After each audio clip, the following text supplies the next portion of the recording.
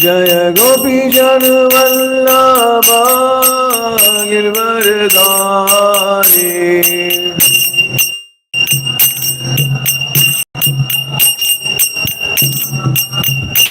जय गोपी जन वल्लभा गिरवरधारी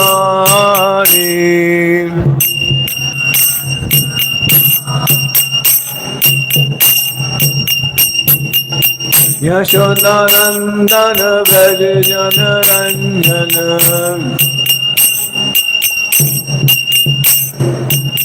यशोदानंदन व्रज जन रंजन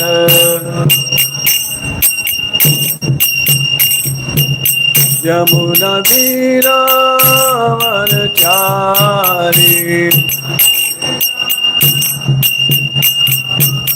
यमुना तीरावनचारी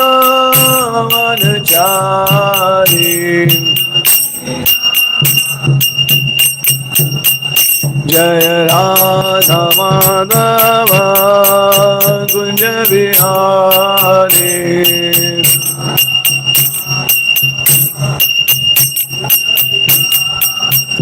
जय Radha Madhav Kunj Bihari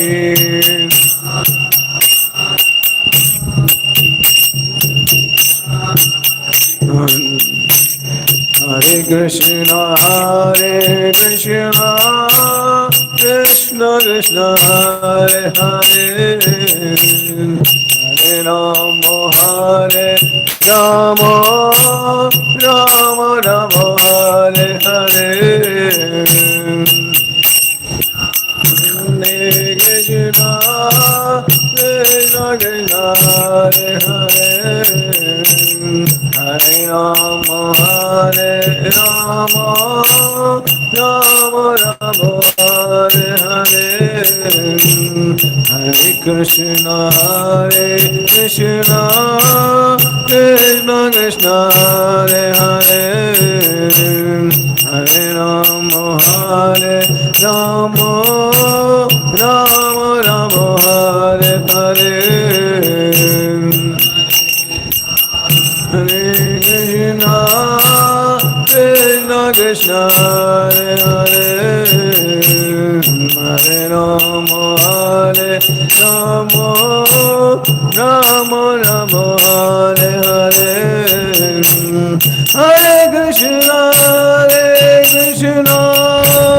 Krishna Krishna Hare Hare Hare Ram Ram Ram Ram Hare Hare Hare Krishna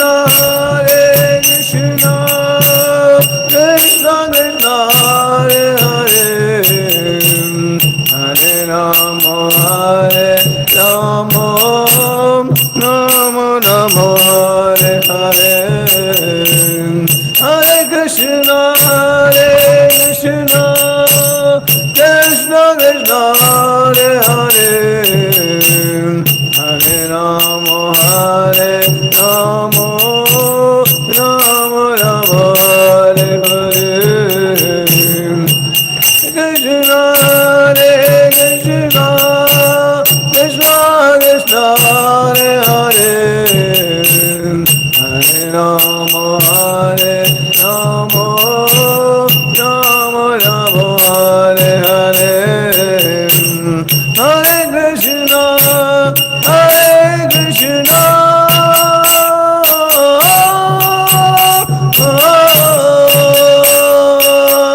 Krishna Krishna Hare Hare Hare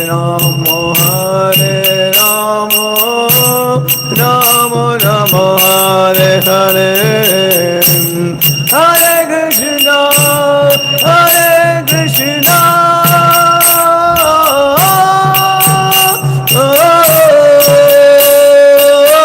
Krishna Krishna Hare Hare Hare Ram Ram Ram Ram Hare Hare Hare Krishna Krishna Krishna Hare Hare Rama Hare Rama Rama Rama Hare Hare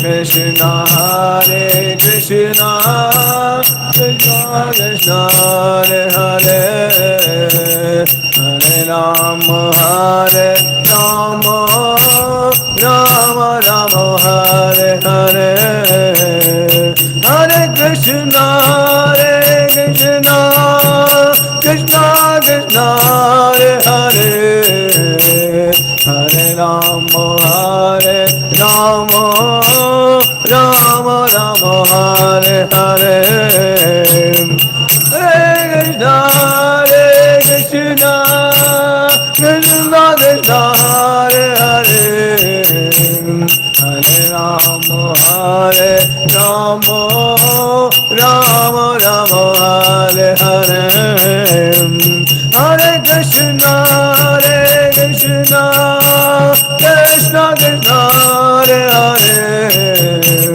Hare Rama Hare Rama Rama Rama Hare Hare Hare Krishna Krishna Krishna Krishna Hare Hare Hare Rama Hare Rama Rama Rama Hare Hare Hare Krishna Krishna Krishna Krishna Hare Hare Hare Rama Hare Rama Rama Rama Hare Hare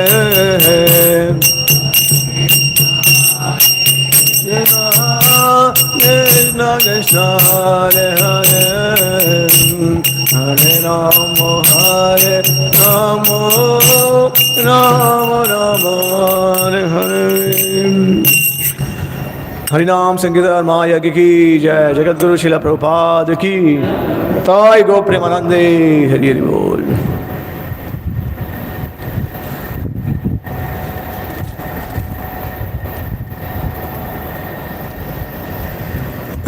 ये अभी पहले इसमें से करते हैं फिर मैं देखो।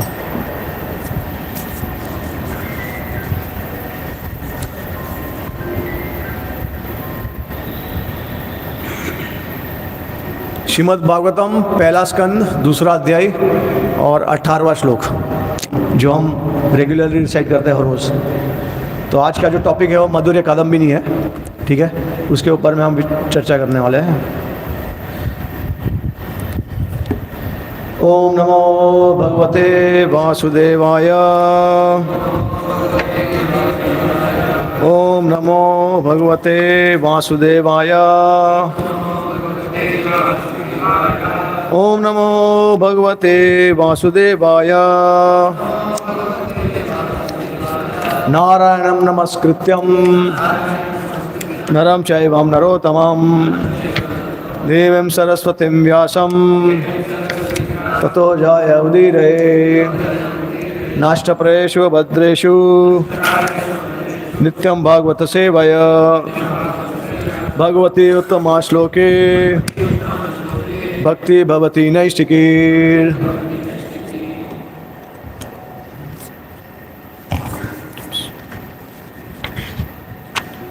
ओके,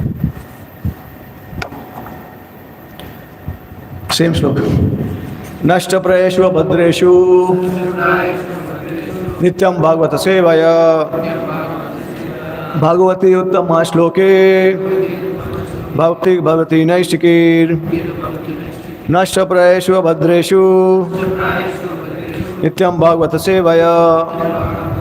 भगवती उत्तमा श्लोके भक्ति भवती नैष्टिकी। नष्ट प्रयेषु भद्रेषु नित्यं भागवत सेवया। भगवती उत्तमा श्लोके भक्ति भवती नैष्टिकी।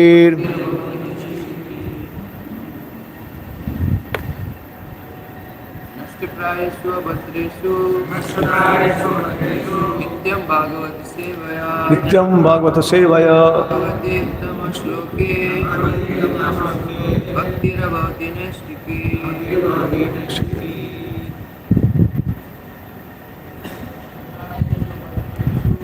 अष्टकामेषु मन्त्रेषु नित्यं भागवत सेवया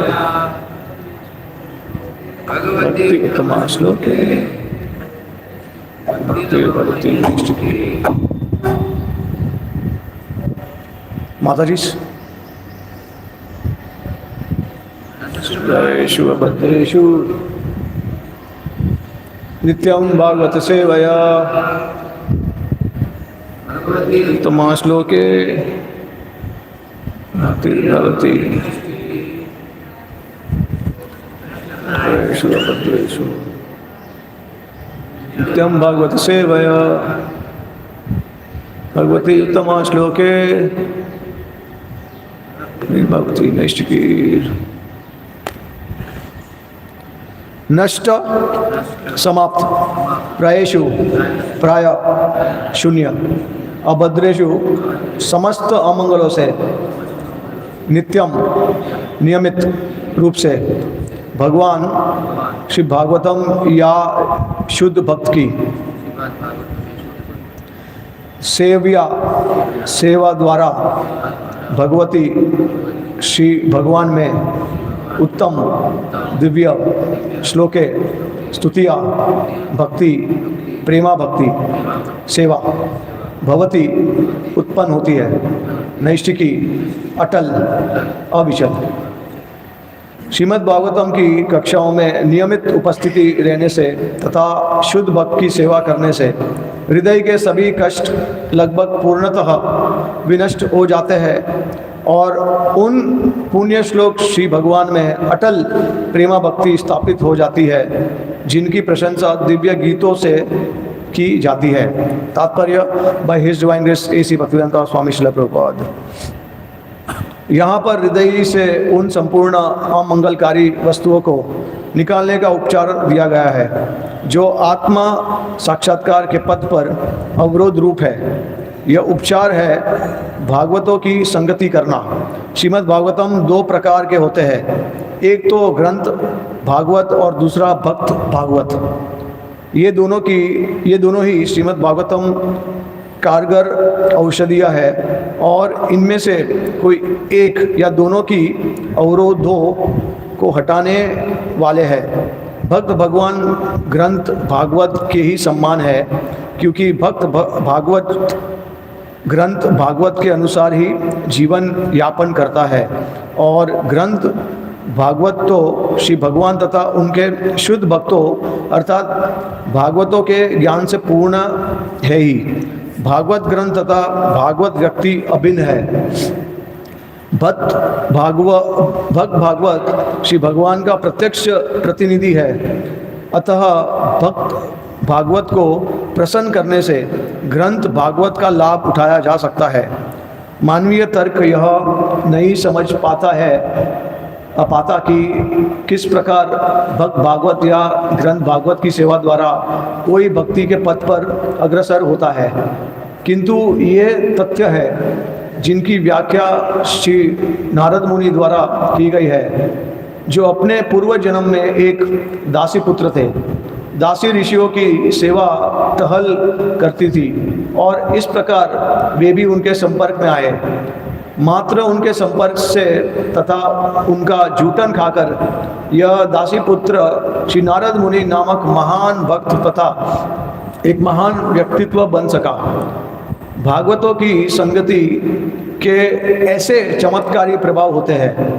इन प्रभावों को व्यवहारिक रूप से समझने हेतु यह ध्यान देना आवश्यक है कि भागवतों की ऐसी निष्कलुष संगति से दिव्य ज्ञान अवश्य में बड़ी आसानी से प्राप्त होगा, जिससे मनुष्य श्री भगवान की भक्तिमय सेवा में स्थिर हो जाता है। वह भागवतों के मार्गदर्शन में भक्ति में जितनी ही प्रगति करता है उतना ही वह श्री भगवान की दिव्य प्रेममय सेवा में स्थिर होता जाता है।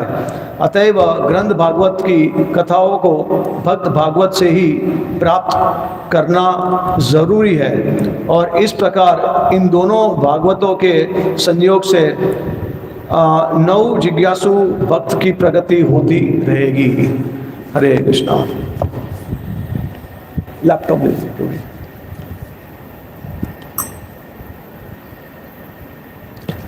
ये ले लीजिए।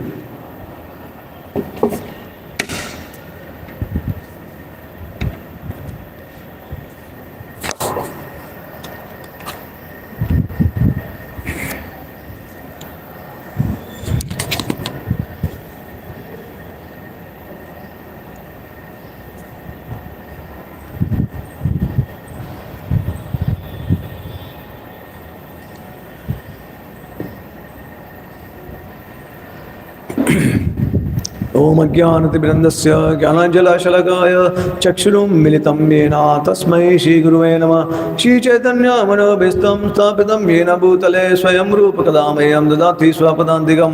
वन्देऽहं श्रीगुरु शिवतात्पदकमलं श्रीगुरुं वैष्णवांश्च श्रीरूपं सागरजातं सगण रघुनाथान्वितं तं सजीवं साद्वैतं सावधूतं परिजनसहितं कृष्णचैतन्यदेवं श्रीराधा कृष्णपदां सगण ललिता श्री विशाखान्वितांश। हे कृष्ण करुणा सिंधु दीनबंधु जगतपते गोपेश गोपिका कंठ राधाकांठ नमस्तुते। तप्त कंचन गौरंगी राधे वृंदावनेश्वरी विश्वानुसुते देवी प्रणमामि हरिप्रिये।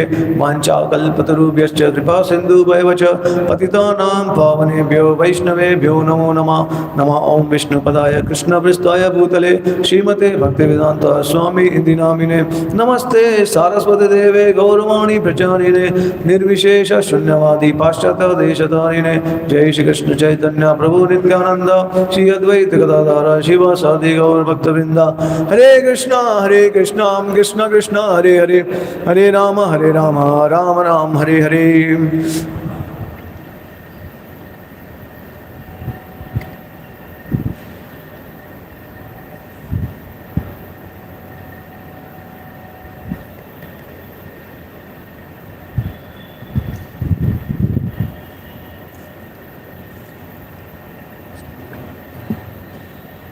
एक सेकंड।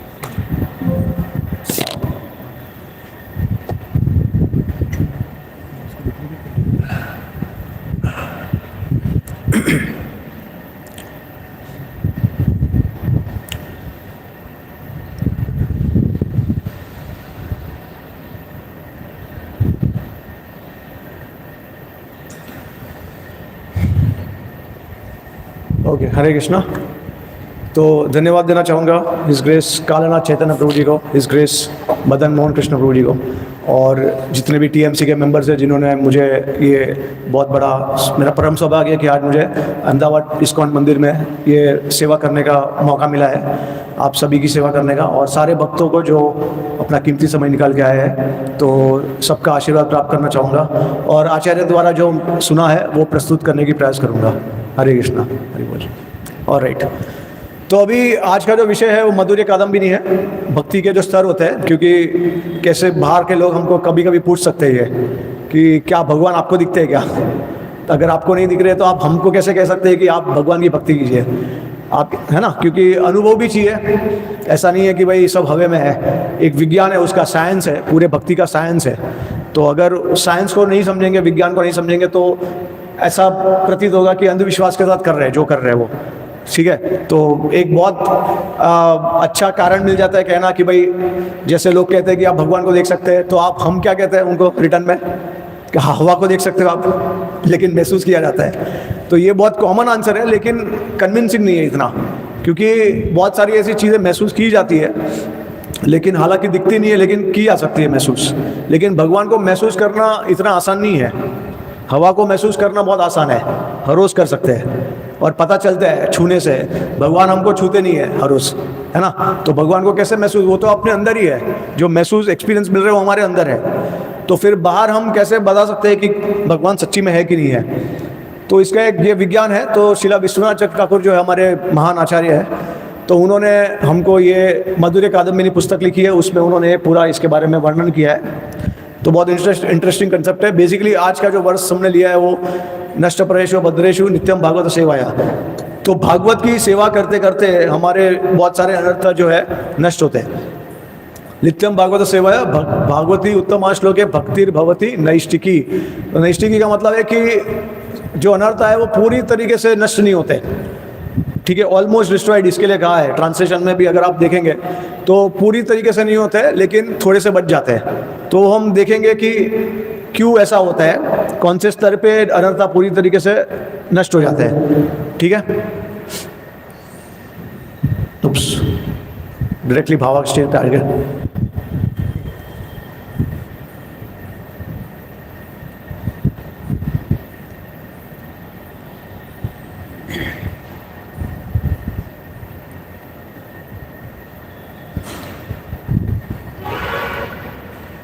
ऑलराइट, तो देखिए 9 स्टेजेस है भक्ति के, सबको पता है। जैसे भक्ति में हम देखिए, पहली बात तो ये है कि भक्ति के 9 स्तर है, सबको पता है। कौन से स्तर है? मनोरंजन क्रिया, अनर्थ निवृत्ति, प्रेम, सबको पता है क्या?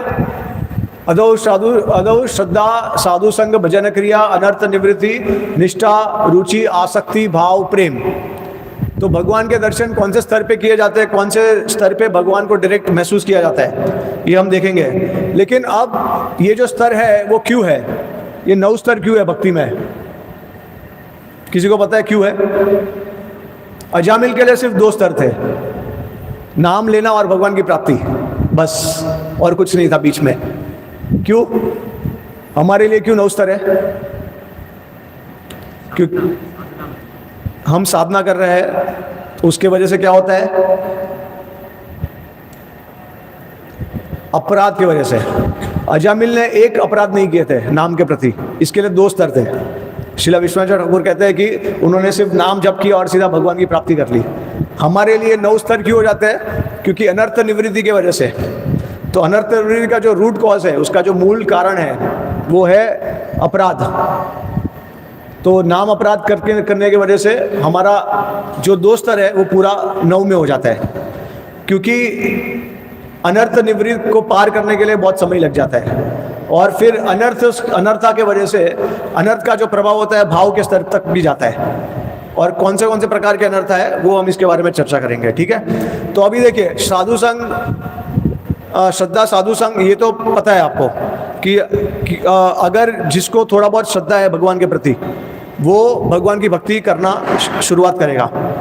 तो करते करते क्या करेगा, वो साधु संग में आएगा। फिर साधु संग हमको बताएंगे कि भजन किस प्रकार से करना है, बराबर? ठीक है, अभी भजन क्रिया जो है वो किस प्रकार के होते हैं वो हम देखते हैं।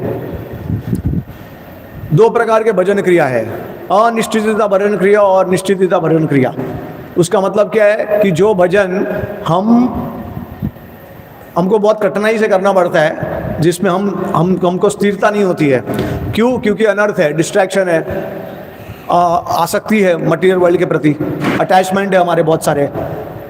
पूरी तरीके से शरणागत नहीं होना है हमको, क्योंकि बहुत काम, क्रोध, मोह, मत्सर्य ये सब है ना। तो इसकी वजह से भक्ति करते करते अटेंशन नहीं रहता, डिस्ट्रैक्शन रहता है, ठीक से भक्ति कर नहीं पाते हैं, और उसके वजह से भक्ति जो स्थिरता होनी चाहिए वो स्थिरता नहीं होती है।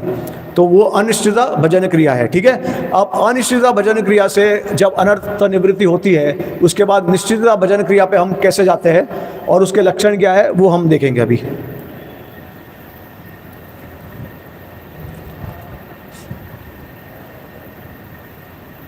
तो सबसे पहला लक्षण अनिश्चितता भजन क्रिया का, उत्साहमयी, ओवर कॉन्फिडेंस, फॉल्स कॉन्फिडेंस। मतलब हम सोचते हैं कि हम बहुत कुछ कर पाएंगे, 64 माला कर सकते हैं। किसी ने, भक्त ने आपको इंस्पायर कर दिया, प्रभु 64 माला कीजिए तब आपको कुछ तो प्राप्त होगा। तो 64 माला चालू कर देंगे, धीरे धीरे करके 64 माला से सीधा 2 माला पे आ जाएंगे, या फिर 8 माला पे आ जाएंगे, या 16 पे आ जाएंगे। ठीक है, तो ओवर एंथुसियाज्म में बहुत बड़ा सेवा सोच लेंगे करना है, कि प्रभुपाद के लिए कुछ करना है बड़ा, लेकिन बीच बीच में अटक जाएंगे, कर नहीं पाएंगे, छोड़ देंगे, ऐसा होगा। उत्साहमयी, स्पोरेडिक एंडेवर, घना तरला, मतलब जो हमारा प्रयास होगा वो भी कभी ज़्यादा होगा, कभी कम होगा, कभी नहीं होगा, हमारे मर्जी से होगा, जैसे हमको पसंद आ रहा है उस प्रकार से करेंगे प्रयास। उसके बाद व्युत्थ विकल्प, डिसीजन लेने की शक्ति नहीं होगी हमारे में।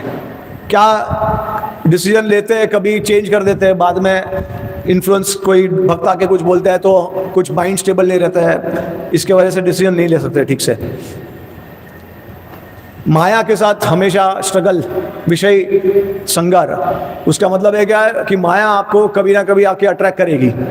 तो जैसे अभी सोशल मीडिया का बहुत प्रभाव हो गया है हमारे जीवन में, हर चीज़ में व्हाट्सअप, फेसबुक, इंस्टा, ये सब अगर हम देखना चालू कर देते हैं तो चैंटिंग बाजू में रह जाता है। अभी आजकल सब भक्त जो है वो लेफ्ट हैंडेड भी हो गए, लेफ्ट हैंड ही हो गए, क्योंकि राइट हैंड में माला और लेफ्ट हैंड में मोबाइल, ये दोनों एक साथ चलते हैं, पैरेलल ट्रैक से हमारे भगवत भक्ति के। तो जब करते करते देखना और डिस्ट्रैक्शन क्रिएट करना आर्टिफिशियली, तो विषय सरंग, इसके वजह से क्या होता है, हम माया से प्रभावित होते हैं धीरे धीरे करके। तो नियम अक्षमा, उसका मतलब कि जो हम वचन देते हैं भक्तों को या उसका ठीक से नहीं देते हैं, ठीक है, सारे अनर्थ के वजह से। और तरंग रंगी, तो मटेरियल वर्ल्ड ऐसा कभी कभी थोड़ा एंजॉय कर लेते हैं, भक्ति तो करी है लेकिन थोड़ा एंजॉयमेंट भी होगा, क्या लगता है उसमें, थोड़ा घूमने चले जाएंगे इधर उधर, बाहर जाएंगे, एंजॉय करेंगे, संगति में जाएंगे, एंजॉय करेंगे, ऐसा है। तो ये लक्षण है अनिष्ट क्रिया के। अभी देखिए, इसके कारण अनर्थ उत्पन्न होता है। तो कितने प्रकार के अनर्थ है वो देखेंगे अभी। Arising from previous sinful activity, अगर कुछ ने पाप किया है जीवन में तो उस तरह से अनर्थ आते हैं, बाधा बन के आते हैं, आपके भक्ति में बाधा आते हैं। तो अनर्थ की वजह से क्या होगा, पाप के वजह से क्या होगा, आपको क्या एक्सपीरियंस मिलेगा, क्या अनुभव करोगे पाप की वजह से, कष्ट, दुख, है ना। तो वो स्प्रिंग आएगा तो आपका भक्ति में भी प्रभाव पड़ेगा उसका, क्योंकि जितना ज्यादा आएगा उतना ज्यादा आप भक्ति हो ठीक से, क्योंकि आपका माइंड हमेशा उसी चीज पे फोकस है, एंजाइटी हमेशा रहेगा, चिंता रहेगा। तो शिला जीव गोस्वामी भी कहते हैं कि अगर भक्तों को बहुत ज्यादा मिला तो नहीं कर सकते, और बहुत ज्यादा गुण मिला तो भी भक्ति कर सकते हैं। इसके बीच में अगर रहेंगे हम, थोड़ा सुख थोड़ा दुख, दुख का भी आवश्यक है, क्योंकि अगर सुखी मिला तो भक्ति क्यों करेंगे हम भगवान की, बराबर है। आज जितने भी हमारे जो भक्त आए मंदिर में बने भक्त, वो किसके वजह से बने भक्त, क्योंकि पीड़ा अनुभव है, बहुत सारे अनर्थों की वजह से अनुभव किया है, और इसकी वजह से भाई इसका उदाहरण, इसका क्या सॉल्यूशन है, ये जानने के लिए हम कृष्ण में है ज्यादातर भक्त। वैसे कोई ज्ञानी और जिज्ञासु लोग भी आए हैं, लेकिन अधिकतर देखेंगे तो 90% अगर देखेंगे तो बहुत सारी पीड़ा कष्ट थी, इसके वजह से हमको सोचना पड़ा कि भाई ये मनुष्य जीवन में क्या कर्तव्य है, तो हम दुपा बराबर। तो आपके कारण भक्ति हमारा अफेक्ट होता है। इसके लिए देखिए, हम भक्ति जो होती है वो कहाँ होती है, मृत्यु लोक में होती है, स्वर्ग लोक में होती है, या पाताल लोक में होती है, नरक लोक में होती है भक्ति। मृत्यु लोक बीच में है, धोबी का पत्ता ना घर का। तो बीच में क्यों, क्योंकि ऊपर जाएंगे तो स्वर्ग में बहुत आनंद है, नीचे नरक में जाएंगे तो बहुत दुख है, पाताल में बहुत दुख है, कष्ट है। तो इसके वजह से बीच में है। तो देखिए, सब कुछ चाहिए, पूरा जो कॉस्मोलॉजी है अगर हम देखेंगे, हमारा जो जिस पूरा सृष्टि का निर्माण हुआ है, तो कोई कारण की वजह से बीच में है, या ऊपर जाइए या नीचे जाइए, ऐसा है, ठीक। अब अनर्थ सिर्फ होते हैं पाप की वजह से नहीं, लेकिन अनर्थ अच्छे करने से भी। इसका मतलब क्या है कि कुछ हमने पुण्य भी किया है तो उसके वजह से भी अनर्थ आते हैं, बराबर, एग्री करते हैं लोग, पुण्य की वजह से भी अनर्थ आते हैं। कैसे? पुण्य से आपको क्या होगा, क्या होगा आपको पुण्य से? भोग मिलेगा, सुख मिलेगा, आनंद मिलेगा, है ना। जो आपको संसार जो है वो आपको प्रदान करेगा, मटेरियल आपको ज्यादा से ज्यादा भोग प्रदान करेगा। तो वो भोग को इंद्रिय तृप्ति कर करके हमको धीरे धीरे करके वो भक्ति से अलग कर सकता है, क्योंकि बहुत आनंद मिल रहा है। जैसे मैंने आपको कहा कि बहुत ज्यादा सुख भी है, ये हमारे लिए एक है भक्ति, बराबर। तो ये भी अनर्थ हो जाता है। इसके लिए पाप और पुण्य परे है भक्ति। भक्ति को पाप और पुण्य से कोई लेना देना नहीं है। अब सबसे खतरनाक अर्थ है वो अपराध के है। तो कल हमने अपराध करने बताया, क्या उसका टेक्निकल है? किसी को याद है? Yes true.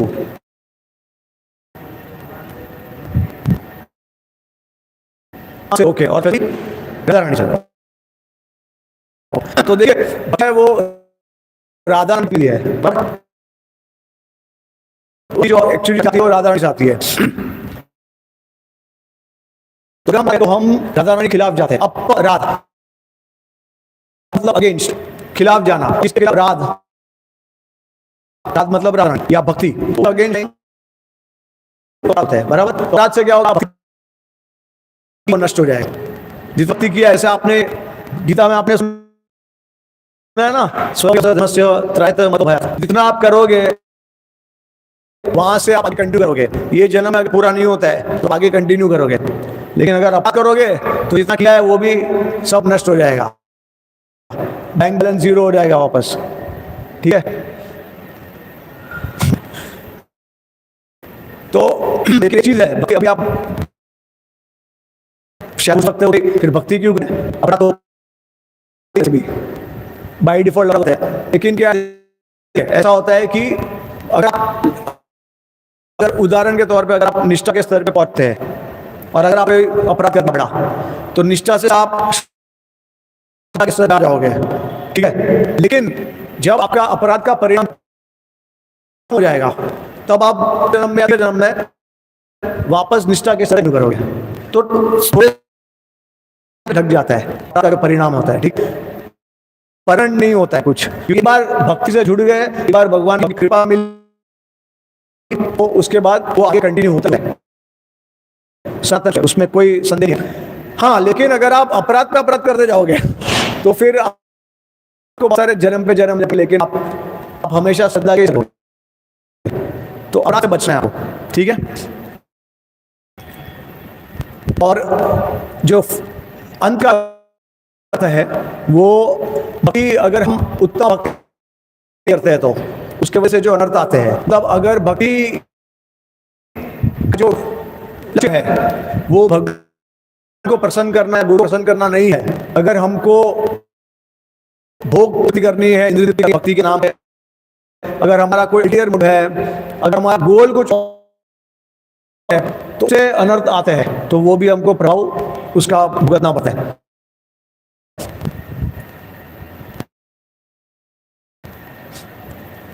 तो पाप की वजह से क्या होता है? ये सारे अनर्थ को भोगने पड़ते हैं। तो अविद्या का मूल कारण है पाप करने का। तो अस्मित जो है, राग, अटैचमेंट, द्वेष, वर्जन, अभिनिवेश, तो ये जो भय है मृत्यु का, उसके बाद जो हमारे को दूसरे प्रति जो नफरत होती है, उसके बाद अहंकार के द्वारा हम चीजें करते हैं, और जो हमारा इस जगत से हमारा आसक्ति है, तो ये पाप की वजह से होता है। जय श्री श्री राधा गोविंद भगवान की जय, श्री श्री पाल भगवान की जय, जय सीताराम लक्ष्मण भगवान की जय, श्री लक्ष्मी नरसिंह भगवान की जय, जय श्री कौन भगवान की जय, प्रभुपाद की जय। ठीक है, तो ये सिंपल अपने से क्या होता है, जैसे मैंने आपको कहा कि भोग की तृप्ति करने के इच्छा बहुत, और एक और है सत्व गुण में हम, तो सत्व गुण से क्या होगा? मुक्ति के लिए इच्छा होती है मुक्ति का। देखिए भक्ति और मुक्ति मुझे बताइए दोनों में क्या है? भक्ति में यस, ओके, मुक्ति में एक्टिविटी बंद हो जाती है सारी अभी। हाँ बोलिए।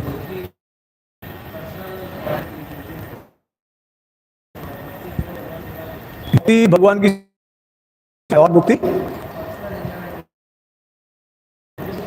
ओके, हमारे उसमें कि हम मुक्त होना है, तो क्यों मुक्त होना है? दुख से। देखिए सब लोग, लेकिन सुख से भी हो जाता है। सुख और दुख, इस संसार का जितना भी दुख है सब मुक्त हो जाता है, उसको बोलते हैं मुक्ति। तो ऐसा नहीं मुक्ति का मतलब है कि हाँ दुखी मुक्त होगा और सुख वहां पे जाके मिलेगा ऐसा नहीं होता है। सुख और दुख दोनों से ही मुक्त हो गए आप, ठीक है। तो अब भगवान की सेवा करना है, क्या हमको उसमें, हमको क्या सुख मिलता है उसमें या दुख मिलता है?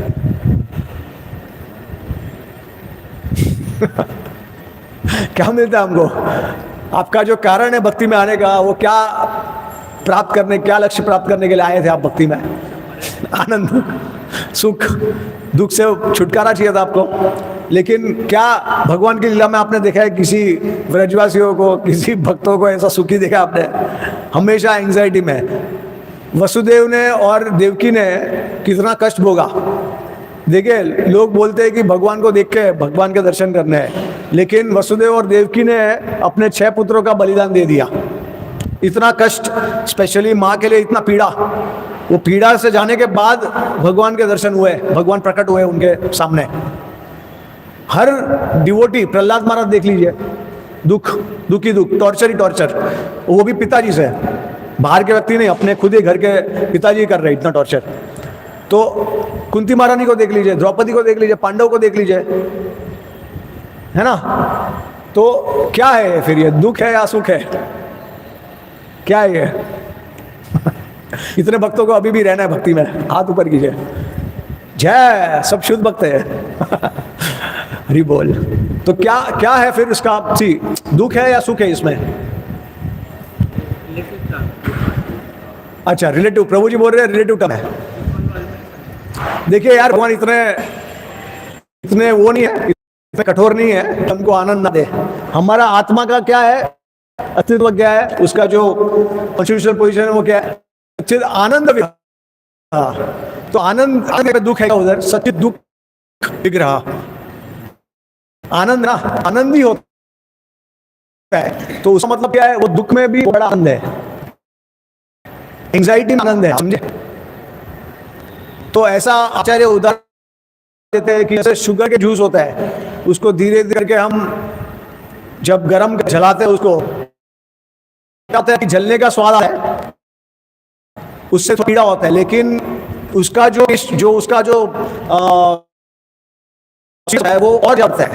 तो इतने की वजह से इतना स्वादिष्ट हो जाता है, जलने का हमारे को जो अनुभव होता है वो अनुभव ही नहीं होता है एक तरीके से। तो इसके लिए हालांकि भगवान के भक्ति में एंजाइटी है, लेकिन वो आनंद देता है आपको, समझ, उस प्रकार बना है क्या। तो भक्ति और मुक्ति में ये फर्क है। और राइट, अब के बारे में थोड़ा करेंगे। जैसे मेन जो अपराध है वो नाम अपराध है, तो इसके बारे में हम चर्चा करेंगे। जैसे तो सेवा अपराध भी है, कितने नाम अपराध? 10 नाम अपराध। और सेवा अपराध कितने हैं? 32, बराबर 32 सेवा अपराध है। तो सेवा अपराध से ज्यादा है नाम अपराध, ठीक है। अब से नाम अपराध 10 है, 10 नाम अपराध में से 3 नाम अपराध जो है वो सबसे डेंजर है। कौन से? सबसे जो सबसे खतरनाक है वो कौन सा है?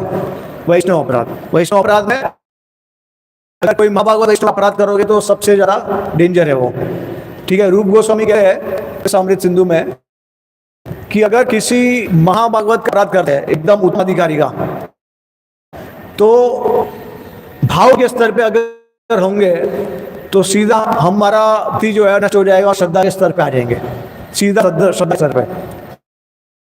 किसी मध्यम अधिकारी का करेंगे तो हम आवाज के स्तर आएंगे, और किसी कनिष्ठ अधिकारी अगर अपराध करते हैं तो क्या होगा, अगर कोई हम मधुर्य रस में भगवान के साथ, तो सीधा दास्य रस में आ जाएंगे। कनिष्ठ अधिकार किया तो अपराध होता है, उसमें अलग अलग प्रकार का रिएक्शन है। इसके लिए थोड़ा डिस्क्रिमिनेशन के भक्तों में सबको एक सम्मान कर हम ट्रीट या रिस्पेक्ट या वर्शिप सकते हैं या सेवा कर सकते हैं सबका। तो हमको ये भी समझना है कि कनिष्ठ कौन है, मध्यम कौन, उत्तमा कौन है। सबको पता है इसका परिभाषा? पता है सबको? कनिष्ठ, मध्यम और उत्तमा बताइए। कनिष्ठ कौन?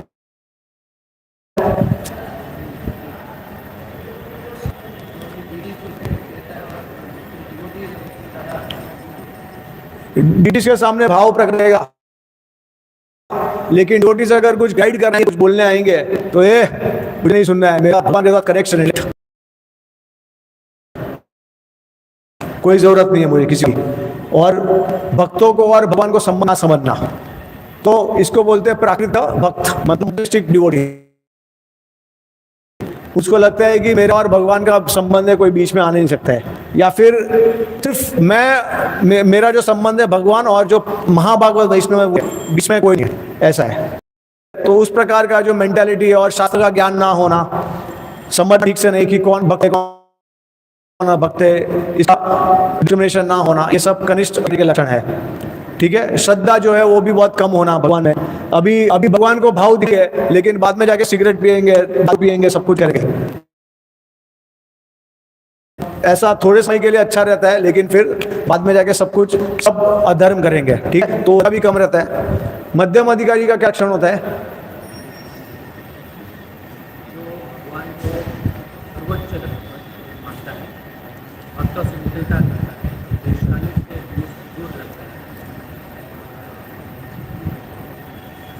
ठीक है, तो देखिए, जिसका भगवान के प्रति श्रद्धा काफी अच्छा रहता है, निष्ठापूर्वक रहता है, जिसका शास्त्र का ज्ञान रहता है, निष्ठापूर्वक रहता है, काफी मतलब शास्त्र सब पढ़ चुके होते हैं, बहुत ज़्यादा फेथ होता है शास्त्र और भगवान में, जो सब समझता है सही क्या है गलत क्या है, भक्त कौन है अभक्त कौन है, किसको कृपा देना चाहिए किसको कृपा नहीं देना चाहिए। तो ये मध्यम अधिकारी के लक्षण है। ठीक है, और उत्तम अधिकारी के लक्षण क्या है? सभी लोगों में भगवान को देखता है, सब मतलब जैसे कनिष्ठ जो है वो सिर्फ भगवान को मूर्ति में देखते हैं, तो उत्तमा जो है उनका उल्टा है। उत्तमा सबके शरीर में मूर्ति को देखते हैं, भगवान को देखते हैं, तो उनको लगता है कि मैं बहुत तुच्छ हूँ। ये सब जो है वो भगवान के, चाहे वो डिस्क्रिमिनेशन नहीं कर पाते, क्योंकि उनको समझ में नहीं आता है कि कौन भक्त है कौन अभक्त है, उनके लिए सबको ही भक्त है।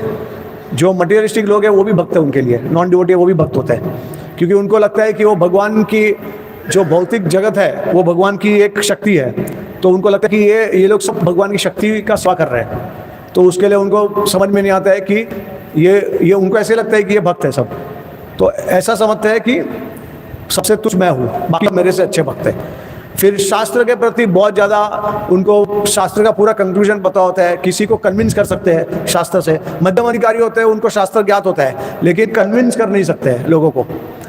उत्तम अधिकारी कन्विंस कर सकते हैं आराम से, और बहुत ज़्यादा विश्वास रहता है, एकदम सॉलिड विश्वास रहता है भगवान के प्रति, तो उसको उत्तम अधिकारी कहते हैं। तो अभी श्रील प्रभुपाद जी जो थे वो उत्तम अधिकारी के सर पे थे, लेकिन प्रचार करने के लिए मध्यम अधिकारी के आ गए थे वो, तो ऐसा उन्होंने टेम्पररी एक रोल ले लिया, जहाँ पे वो डिस्क्रिमिनेट कर पाया कि भक्त कौन है, किसको कृपा देना है, कब नहीं देना है, कैसा देना है। ये श्रील प्रभुपाद जी ने डिस्क्रिमिनेट किया था, लेकिन हालांकि प्रभुपाद जी ने बहुत समय अपना नम्रता भी व्यक्त किया था कि मैं सबसे तुच्छ भक्त हूँ, मैं तो सबका दास हूँ, और आप सब जो मेरे जो शिष्य है वो एक्चुअली मेरे गुरु ने आपको भेजा है मेरे पास, और आप सब मेरे गुरु के प्रतिनिधि हैं, मैं तो सिर्फ एक माध्यम हूँ आपकी सेवा करने के लिए। तो इस प्रकार से श्रील प्रभुपाद जी है, भक्ति सिद्धांत सरस्वती ठाकुर है, उन्होंने इस प्रकार का नम्रता भी व्यक्त किया है। ओके, तो अभी देखिए, अगर अज्ञानता में अपराध होते हैं, हाँ सॉरी, 3 मेन अपराध के बारे में हम कर रहे थे। पहला तो आपने कहा वैष्णव अपराध, उसके बाद कौन सा दूसरा अपराध है? नहीं, वो वैष्णव अपराध में आ गया, वैष्णव भी गुरु ही है, गुरु वैष्णव है, राइट। दूसरा अपराध कौन सा है? नहीं, धाम जो है वो इसमें नहीं आ रहा है, वो धाम के अलग अपराध है, धाम का अलग अपराध का लिस्ट है पूरा। ओके, वो भी एक अपराध है, लेकिन सेकंड मतलब सबसे, नहीं, धाम का अपराध अलग है लिस्ट। हाँ, नाम के बल पे पाप करना, कि अभी नाम जो है हमारे पापों को नष्ट कर देता है। अभी जैसे अभी रविवार के शाम के क्लास में नाम की महिमा में हम देखेंगे कि नाम जो है वो अनगिनत पाप को नष्ट कर देता है, लेकिन टर्म्स एंड कंडीशन अप्लाई। तो क्या टर्म एंड कंडीशन है वो हम तभी देखेंगे। तो ऐसा सोचना कि नाम हमारे सारे पापों को नष्ट कर देगा, तो अब हम कितने भी पाप सकते हैं, हम फ्री हो गए पाप करने के लिए, तो नाम बल पे पाप, तो ये भी एक हो जाता है फिर। ठीक है। तो तीसरा, महिमा को कम समझना। तो नाम महिमा के में बहुत कुछ लिखा है शायद। किसी भक्त को कभी ऐसा हो सकता है कि यार ये तो ऐसे ही बोलने के लिए मार्केटिंग की है लोगों को अट्रैक्ट करने के लिए, लेकिन ऐसा कुछ नहीं होता। ऐसा आपको शायद है। जैसे अभी उदाहरण के तौर पे हमारे आचार्य कहते हैं नाम ले आप जितने पाप अपने नहीं सकते हो उतने पाप नष्ट रहता है, और भविष्य और वर्तमान पाप तो नष्ट करता ही है। भविष्य में आप मन में भी अगर जितने पाप, अनगिनत पाप, आप उससे ज्यादा पाप को नष्ट कर सकते हैं नाम। तो आप लगेगा कि ऐसा तो के जीवन में भी पीड़ा है। अगर नाम कितने भक्त जो है वो ले रहे हैं माला, 8 माला, 6 माला हर रोज ना, क्या कोई कहता है कि मेरे जीवन में कोई पीड़ा नहीं है, मेरे जीवन में कुछ मुझे पीड़ा अनुभव नहीं हो रहा है? नाम क्या कर क्या रहा है? मैं इतने समय से नाम ले रहा हूँ, क्या कर रहा है नाम? नाम सुनने है मेरा बात। महिमा के बारे में इतना बोला है सब कुछ शास्त्र में, लेकिन कुछ हो नहीं रहा है, ऐसा पीड़ा आ रही है मेरे को।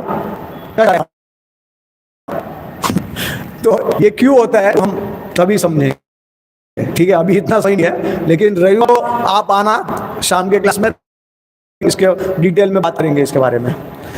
तो ये एडवर्टाइजमेंट था रविवार क्लास का। तो अभी अज्ञानता में हम अपराध कर देते हैं। देखिए ये 3 अपराध है, उससे हमको बचना है।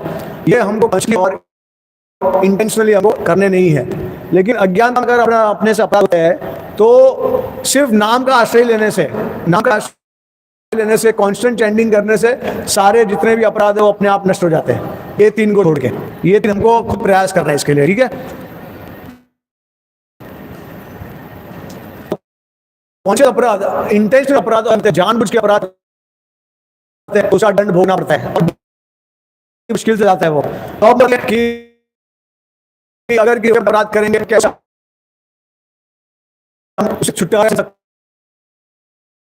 बोला ना सॉरी बस हो गया, इससे सकता हूँ कुछ बोल लेना है तो ले वरना छोड़, है ना। इस प्रकार का एटीट्यूड हो गया हमारे में। हाँ बोलिए। हाँ, तो भक्तों को देखिए, पहली बात तो आपको रिपेंटेंस होना चाहिए कि मैंने सही में कुछ अपराध किया है किसी वैष्णव के प्रति, वो समझ में आना चाहिए कि सच्ची में मैंने अपराध किया है। अब ज्यादातर क्या होता है, भक्तों को लगता है कि हम क्या अपराध कर सकते हैं, उसके भले के लिए बोला मैंने, उसको अगर लेना है तो लेगा, नहीं लेना है तो उसके लिए है, मेरे लिए थोड़ी है। तो ऐसे ही फ्री में हम सजेशन दे देते, कर लेते हैं किसी को। लेकिन क्या आपने जो जजमेंट किया है किसी के बारे में, क्या आपने जो सजेशन दिया है, क्या आपका हक है देना, ये आपको पता है? अगर नहीं है आपको पता तो फिर आपको इसके बारे में सोचना चाहिए कि आपको किसी को सजेशन देना है या नहीं देना है, और जज कर सकते हैं या नहीं कर सकते। जज तो किसी को करना नहीं होता है भक्ति में। जैसे कल के उदाहरण में हमने देखा कि गदाधर पंडित ने पुंडरीक विद्यार्थी को जज कर लिया बाहर के दृष्टि से, और फिर उनको पश्चाताप हुआ और फिर उन्होंने माफी मांगी, दीक्षा ले ली। आप किसी से दीक्षा लोगे? प्रभु जी कह रहे थे कि भक्तों को प्रसन्न करना है। क्या कोई भक्त को अगर अपराध करते जाके दीक्षा मांगेंगे उनसे? क्योंकि दीक्षा बहुत बड़ा चीज है ना, आप अपने आप को पूरा शरणागत कर रहे हो किसी के प्रति। तो ऐसा है कि देखो, भक्त से क्षमा मांगना है, और अगर वो प्रसन्न नहीं होते तो उनको प्रसन्न करने की कोशिश करनी है, उनको सेवा करना है, उनकी सेवा करनी है, सेवा कर उनको प्रसन्न करना है। तो नॉर्मली अभी देखिए, अगर डिवोटी कोई है, कोई भक्त है, तो प्रसन्न हो जाने चाहिए।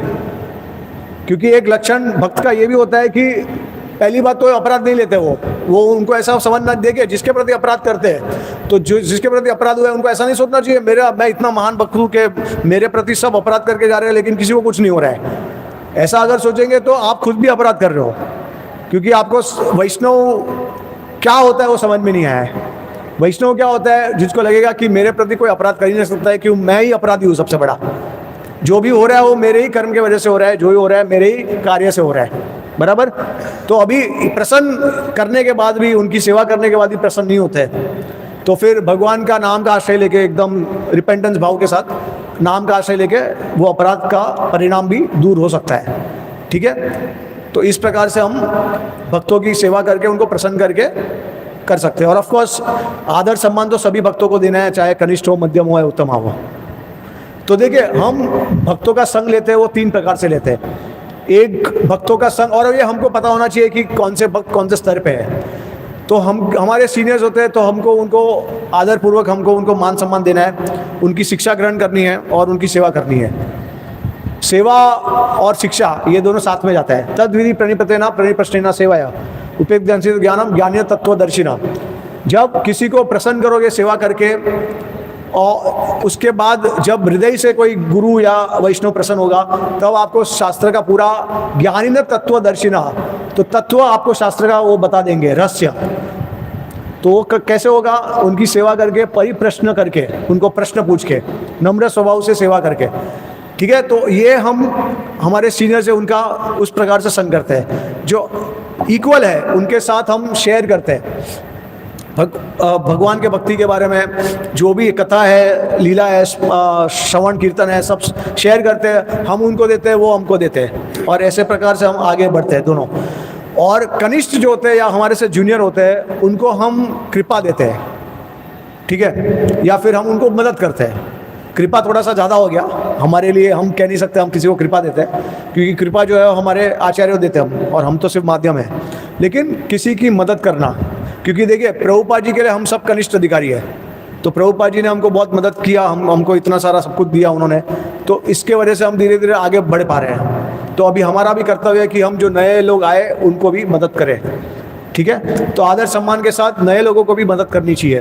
तो जैसे मैंने आपको कहा, अगर आप ऐसा सोचोगे कि अरे हाँ ये तो नया है, ये तो जूनियर है, इसको मैं कुछ भी कह सकता हूँ, बोल सकता हूँ, कर सकता हूँ, तो वो एक अपराध हो जाता है। और रूप गोस्वामी ने क्या कहा है? कनिष्ठ का अपराध किया तो आपका भक्ति का स्तर गिर सकते हो उसमें से आप। तो ध्यान में रखना है, बहुत सोच समझ के सबको आदर सम्मान के साथ सेवा करना है।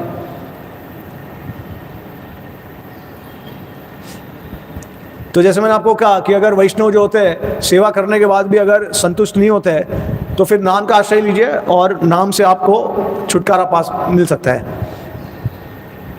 अगर ये सोचेंगे कि नाम से हम अपराध ना वैष्णव अपराध से बच सकते हैं, तो कोई ज़रूरत नहीं है माफ़ी मांगना या सेवा करना, तो उससे और एक ज़्यादा अपराध हो जाता है इस, और वो फिर एक आपको एक साइकिल में फंसा देता है। ठीक है, इसके लिए माफ़ी मांगना बहुत ज़रूरी है। एक और रेमेडी है, एक और रेमेडी है वैष्णव अपराध से बचने के लिए। क्या है वो रेमेडी?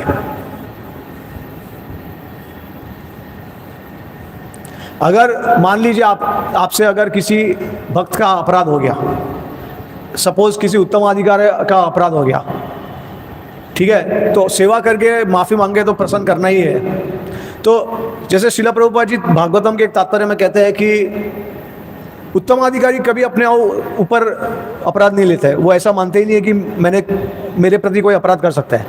लेकिन प्रभुपाद जी कहते हैं कि dust of the lotus feet of the pure devotee does not forgive that offence, कि जो उसका चरण रेणु है वो अपराध को क्षमा नहीं करता है।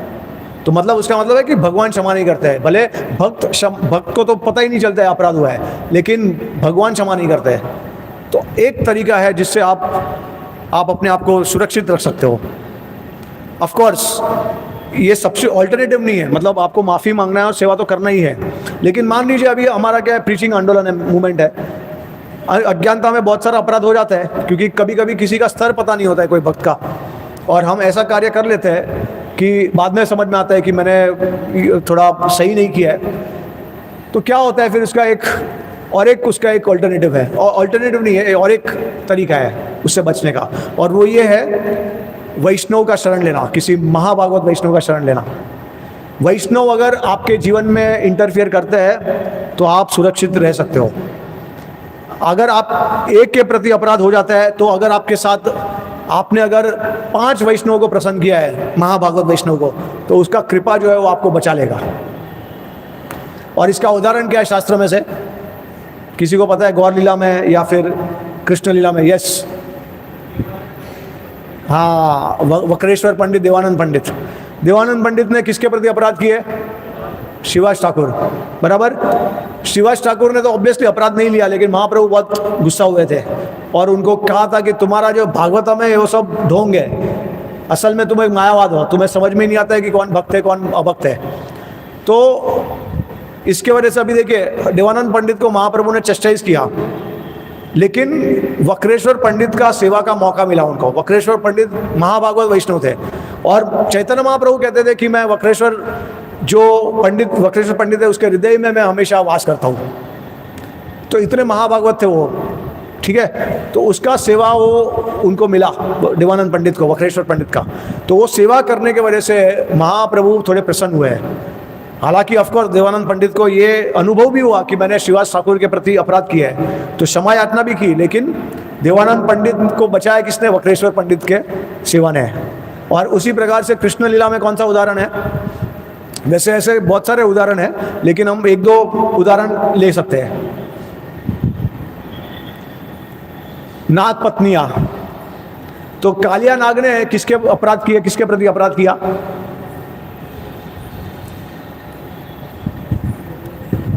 किसके प्रति अपराध किया कालिया ने? हाँ, गोप ग्वाल, व्रजवासियों के प्रति पूरा व्रज दूषित कर दिया था उसने, पूरा उसके विष से दूषित कर दिया। और जो भी आते थे, जो पशु पक्षी भी है व्रज के, वो भी अगर पास में आते थे तो वो मर जाते थे। और उसी प्रकार से उसने बहुत सारे व्रजवासियों का भी उनको जाने से रोक दिया वहाँ पे। तो सबके मन में थोड़ा सा ये हो गया था कालिया के प्रति कि इसने पूरा दूषित कर दिया है, तो व्रजवासियों का अपराध किया। लेकिन किसने बचाया?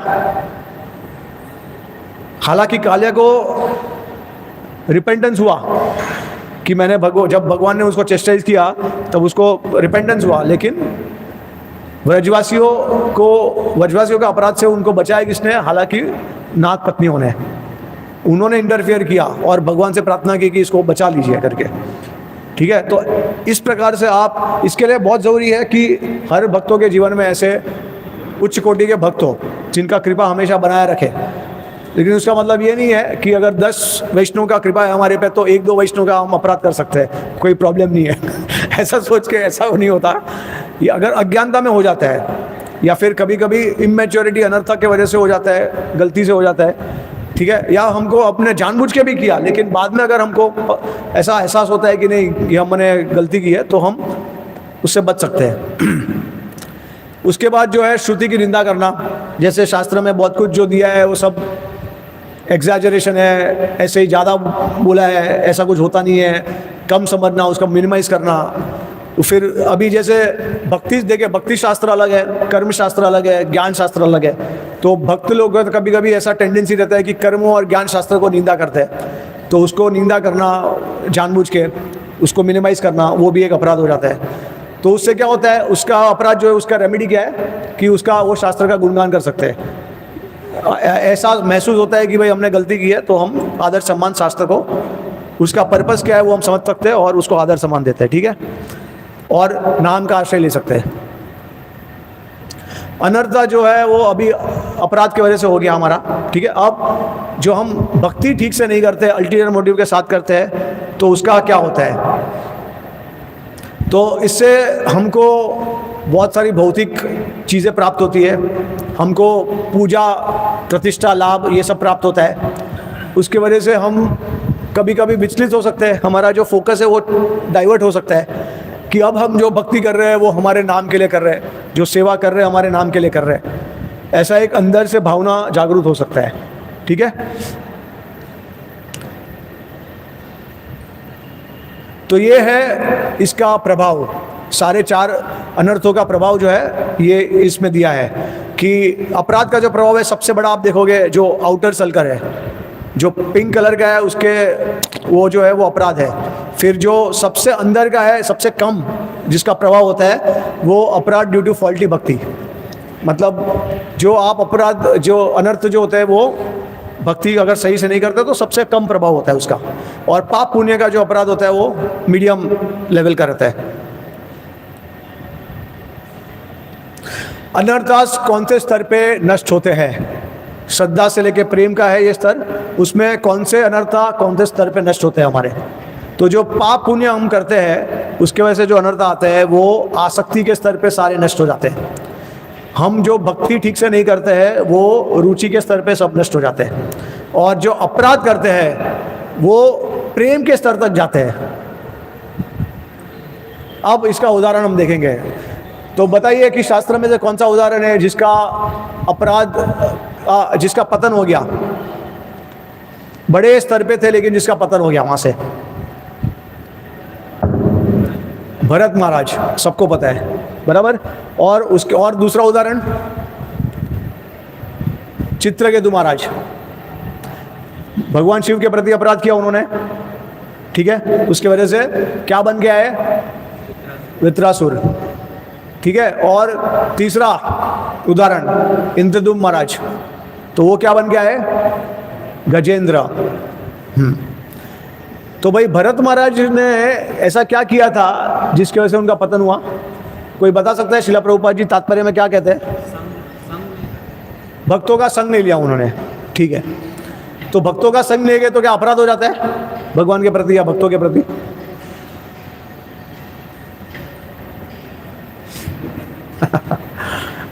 भक्तों का संग नहीं लिया, ठीक है। और एक चीज की उन्होंने,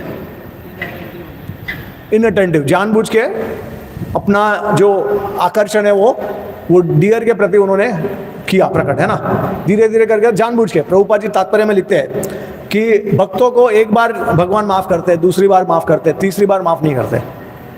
तो अगर जानबूझ के आप चीज़ों को करोगे बार बार तो फिर आपको उसका रिएक्शन मिलेगा।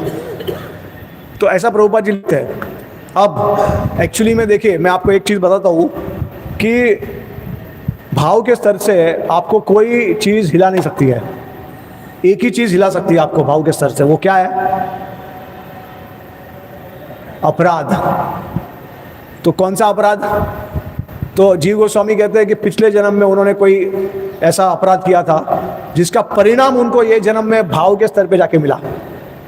मतलब आप देख लीजिए अपराध का कैसा परिणाम होता है कि आप श्रद्धा से लेकर धीरे धीरे करके आगे जाएंगे, आसक्ति भाव तक स्तर पे जाएंगे, लेकिन अपराध अगर आपने पिछले जन्म में कुछ भयानक अपराध किया है तो उसका परिणाम आपको ये जन्म में, आपको ऐसा लगेगा कि मैं भक्ति में आगे जा रहा हूँ, और ये जन्म में शायद अपराध भी ना करो आप किसी के प्रति। क्या भरत महाराज ने ये जन्म में अपराध किया था? उनके वो जन्म में किसी के प्रति अपराध किया ऐसा आपने सुना है? नहीं। तो पिछले जन्म का अपराध ये जन्म में भुगतान करना पड़ता है उसका। इसके लिए साधु संग बहुत जरूरी भी है, प्रोटेक्शन। मैंने आपको कहा ना कि अगर देखिए भरत महाराज ने साधु संग नहीं किया था, अगर उन्होंने किया होता था तो साधु संग की कृपा से शायद वो बच सकते थे, लेकिन उन्होंने साधु संग नहीं किया। और एक एसोसिएशन ऑफ डिवोटीज के ऊपर एक पूरा एक टॉपिक है, एक सेमिनार मैंने लिया है उसका ग्लोरीज के बारे में, तो वो हम कभी चर्चा करेंगे आराम से। लेकिन इतना महत्वपूर्ण है कलयुग में, आप समझ लीजिए कि साधु संग के बिना, जैसे हरे नाम हरे नाम एवं केवलम, वैसे आप समझ लीजिए कि साधु संग एवं केवलम, कलौ नास्ति एवं नास्ति गतिरन्यथा। संभव ही नहीं है कलयुग में साधु संग के बिना आगे जाना, ठीक है।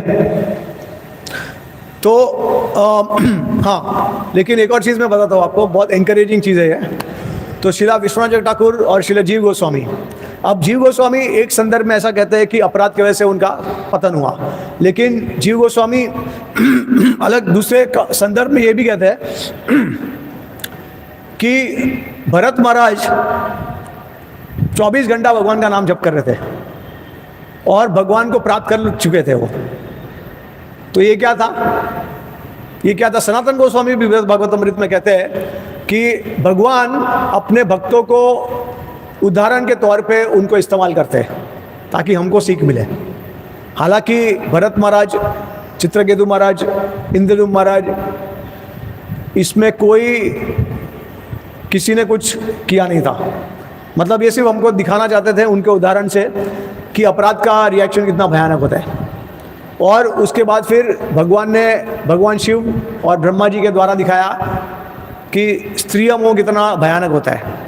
और ब्रह्मा जी और शिव के बारे में, दोनों के बारे में उन्होंने उदाहरण के द्वारा बताया। लेकिन ब्रह्मा जी और भगवान शिव का कुछ नहीं हुआ पतन, वो सिर्फ दिखावा था।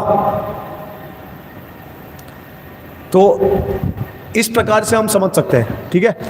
तो वो दोनों आचार्य कहते हैं कि एक्चुअली में तीनों ने भगवान से एक इंटेंस प्रेम का प्राप्ति करने की इच्छा की थी। मतलब भगवान की भक्ति जितना कर रहे थे उससे और उम्दा भक्ति चाहते थे वो। इसके लिए भगवान ने उनको और 2 चांस दिए उनकी इच्छा पूरी करने के लिए। तो अगर आपको अपना इंटेंसिटी बढ़ाना है प्रेम का, तो भगवान आपको और 1 और 2 जन्म दे सकते हैं। कितने भक्तों को बढ़ा रहे हैं अपना इंटेंसिटी? सबको यही जीवन में जाना है। अच्छा मुझे बताइए, चलिए अगर आपको शांत रस मिले, यही जीवन में अगर भगवान बोलेंगे कि ये जीवन में शांत रस या फिर 3 लाइफ में आपको मधुर्य रस, तो आप क्या सिलेक्ट करोगे?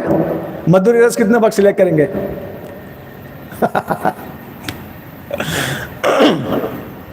तो जो भी है, लेकिन अगर आपको भगवान का तीव्रता बढ़ाना है भक्ति का, तो भगवान आपकी इच्छा पूरी कर सकते हैं। अगर आप सेटिस्फाइड नहीं हो, अगर आपको उस प्रकार का, जैसे आपको हम कहते हैं कि भगवान के व्रज धाम में जाना है, तो व्रजवासियों के अनुगत में आपको जाना है।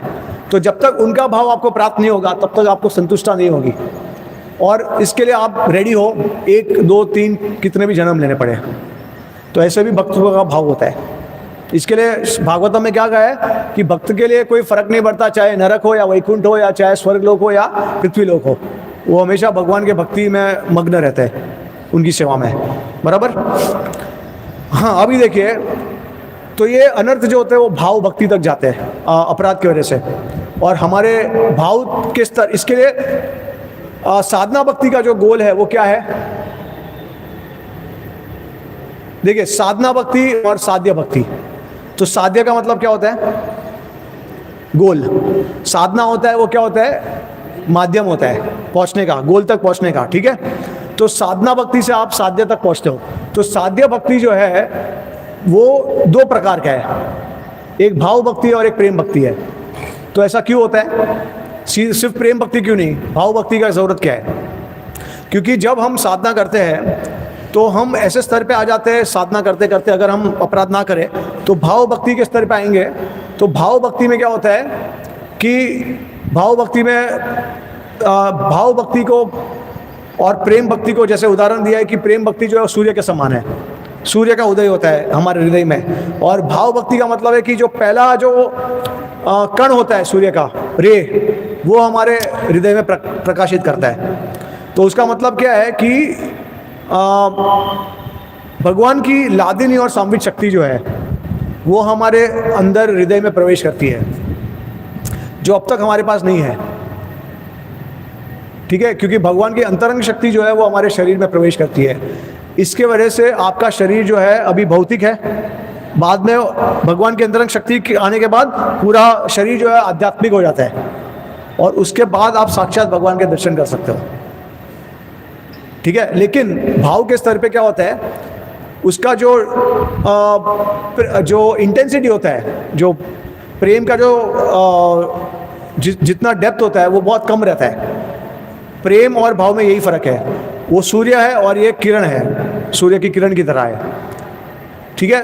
तो अनर्थ भी होते हैं, उसका भी इन्फ्लुएंस होता है। जो अपराध से अनर्थ आते हैं वो भी थोड़े से बच जाते हैं, तो थोड़ा सा इम्प्योरिटी रह जाता है। तो वो इम्प्योरिटी सब कब क्लियर होता है? जब हम प्रेम के अवस्था में पहुंचे। लेकिन श्रीला विश्वनाथ ठाकुर कहते हैं कि प्रेम की अवस्था में कभी कभी अज्ञानता के द्वारा अपराध किए हुए परिणाम भुगतने पड़ सकते हैं। तो वो देते हैं उदाहरण श्रीला रूप गोस्वामी का, कि रूप गोस्वामी एक बार, आपने शायद सुना होगा कि वो जप कर रहे थे और लीला में मग्न हो गए थे। तो लीला का अनुभव कर रहे थे, भगवान की लीला का, हास्य लीला का। तो एक लेम डिवोटी आ रहे थे, जो लंगड़ते हुए आ रहे थे, एक डिवोटी। तो उनको ऐसा लगा कि रूप गोस्वामी मुझे देख के हंस रहे। उनकी आंखें बंद थी, लेकिन उनको लगा कि रूप गोस्वामी मुझे देख के हंस रहे थे। तो वो भी एक बहुत बड़े उच्च भक्त थे वो। तो थोड़े से वो उनके मन में थोड़ा सा एक ये फीलिंग आ जाता है थोड़ा सा कि ऐसा क्यों हुआ। तो वो चले जाते हैं वहाँ से। फिर सनातन गोस्वामी इस चीज़ को देखते हैं, और फिर सनातन गोस्वामी, जब रूप गोस्वामी का जो लीला वो भंग हो जाता है इस अपराध के कारण, तो फिर वो सनातन गोस्वामी को पूछते हैं कि मैं लीला में एकदम मग्न था, लेकिन अचानक से मेरा लीला नष्ट हो गया, क्यों हुआ ऐसा? तो फिर सनातन गोस्वामी बताते हैं कि भाई ऐसा हुआ, एक भक्त आ रहे थे बहुत बड़े उच्च कोटि के, और वो चल नहीं पा रहे थे। और तुम हंस रहे थे, तो उनको लगा कि तुम उनके प्रति हंस रहे हो। तो जब उन्होंने उनसे जाके क्लैरिफिकेशन किया, क्षमा याचना मांगी, तब जाके उनकी वापस स्फूर्ति आ गई लीला की। तो ये अज्ञानता में जो हम अपराध कर बैठते, कभी कभी उसका जो रिएक्शन होता है वो प्रेम के स्तर पे पहुंच सकता है। हालांकि रूप गोस्वामी भगवान के नित्य सिद्ध भक्त हैं, तो वो भी ऐसा नहीं है कि उन्होंने कोई अपराध किया है, भगवान उनके द्वारा दिखाना चाहते हैं। जैसे मैंने कल बताया ना कि सच्ची माता को भी भगवान ने प्रेम प्राप्त नहीं कराया, बराबर। प्रेम की प्राप्ति सच्ची माता को भी नहीं हुई, क्योंकि किसके प्रति अपराध किया था उन्होंने? अद्वैताचार्य। तो क्या सच्ची माता को प्रेम की जरूरत थी? वो तो सीधा नित्य सिद्ध वैकुंठ से आ रहे हैं, है ना। तो ऐसा कुछ नहीं है कि प्रेम की आवश्यकता थी उनको, लेकिन ये सारा लीला के माध्यम से हमको सिखाया जाता है कि अज्ञानता में कभी कभी कोई अपराध होता है तो उसका परिणाम कितने हद तक हो जाता है, रहता है। ठीक है, पूरी तरीके से अपराध को नष्ट करना है तो वास्तु सिद्धि के स्तर पे आना होता है। वास्तु सिद्धि का मतलब है कि आपने शरीर त्याग कर दिया प्रेम की अवस्था में, उसके बाद आपको भगवान के लीला में जब आप प्रवेश करते हो इस भौतिक जगत में, श्रीला प्रभुपाद जी कहते हैं कि जब हम इस शरीर का त्याग करते हैं तो क्या हम डायरेक्टली गोलोक जाते हैं? अगर प्रेम का स्तर है तो वो क्या कहते हैं कि भूमो वृंदावन में जब भगवान अपनी लीला करते हैं, पहले हम उसमें जाते हैं, वहाँ पे हमारे को ट्रेनिंग मिलता है। ट्रेनिंग मिलने के बाद जब हमारे को पूरी तरीके से हम व्रजवासियों का आश्रय ले लेते हैं, उसके बाद परफेक्शन अटेन हो जाता है, फिर वहाँ से गोलोक धाम जाते हैं स्पिरिचुअल वर्ल्ड में। ठीक है, तो वो जब आपको अपना असली स्वरूप मिलता है भगवान के भूमो वृंदावन में, उसको कहते हैं वास्तु सिद्धि। जैसे अगर आपको कोई दास्य भाव में हो, साख्य भाव में हो, मधुर भाव में हो, तो उस प्रकार का गोपी हो या सखा हो भगवान के, वो शरीर मिलेगा। तो जब वो शरीर मिलेगा तभी सारे अनर्था, सारे पाप, अपराध सब नष्ट हो जाते हैं। ठीक है, सिद्ध में सब कुछ नष्ट। अभी ऐसा धीरे धीरे करके जा रहा है, हमारा अनर्थ निवृत्ति धीरे धीरे हो रहा है, क्योंकि निष्ठा स्तर तक आए नहीं हम। ठीक है,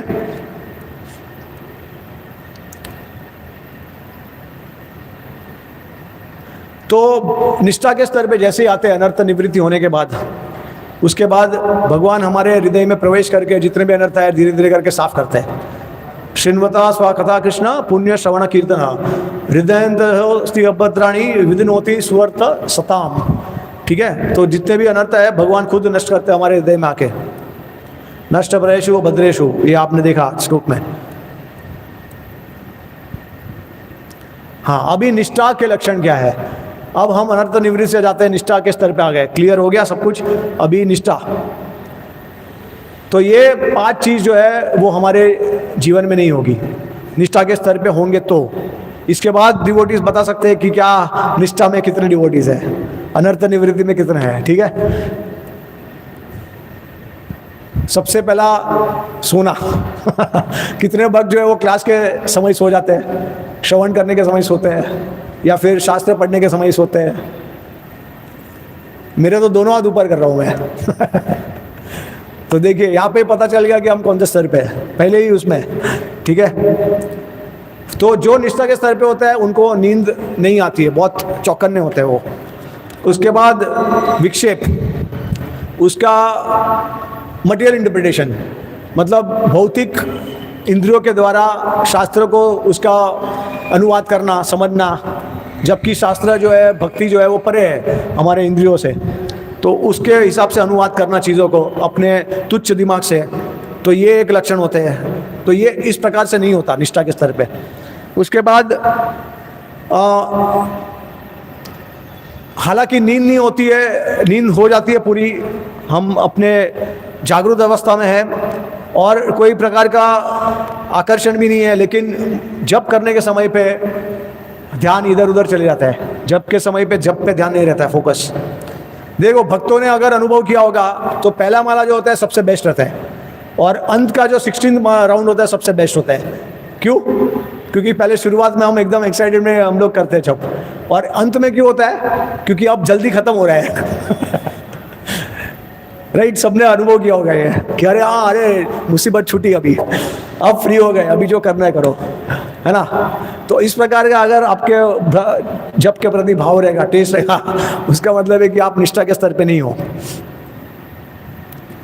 क्षय, तो जो बुरी आदतें हैं, फिर काम क्रोध मोह मत मत्सर्य, ये जो अनर्थ है, श्रीला प्रभुपाद जी कहते हैं कि 75% ऑफ द अनर्थास are destroyed at the stage of निष्ठा।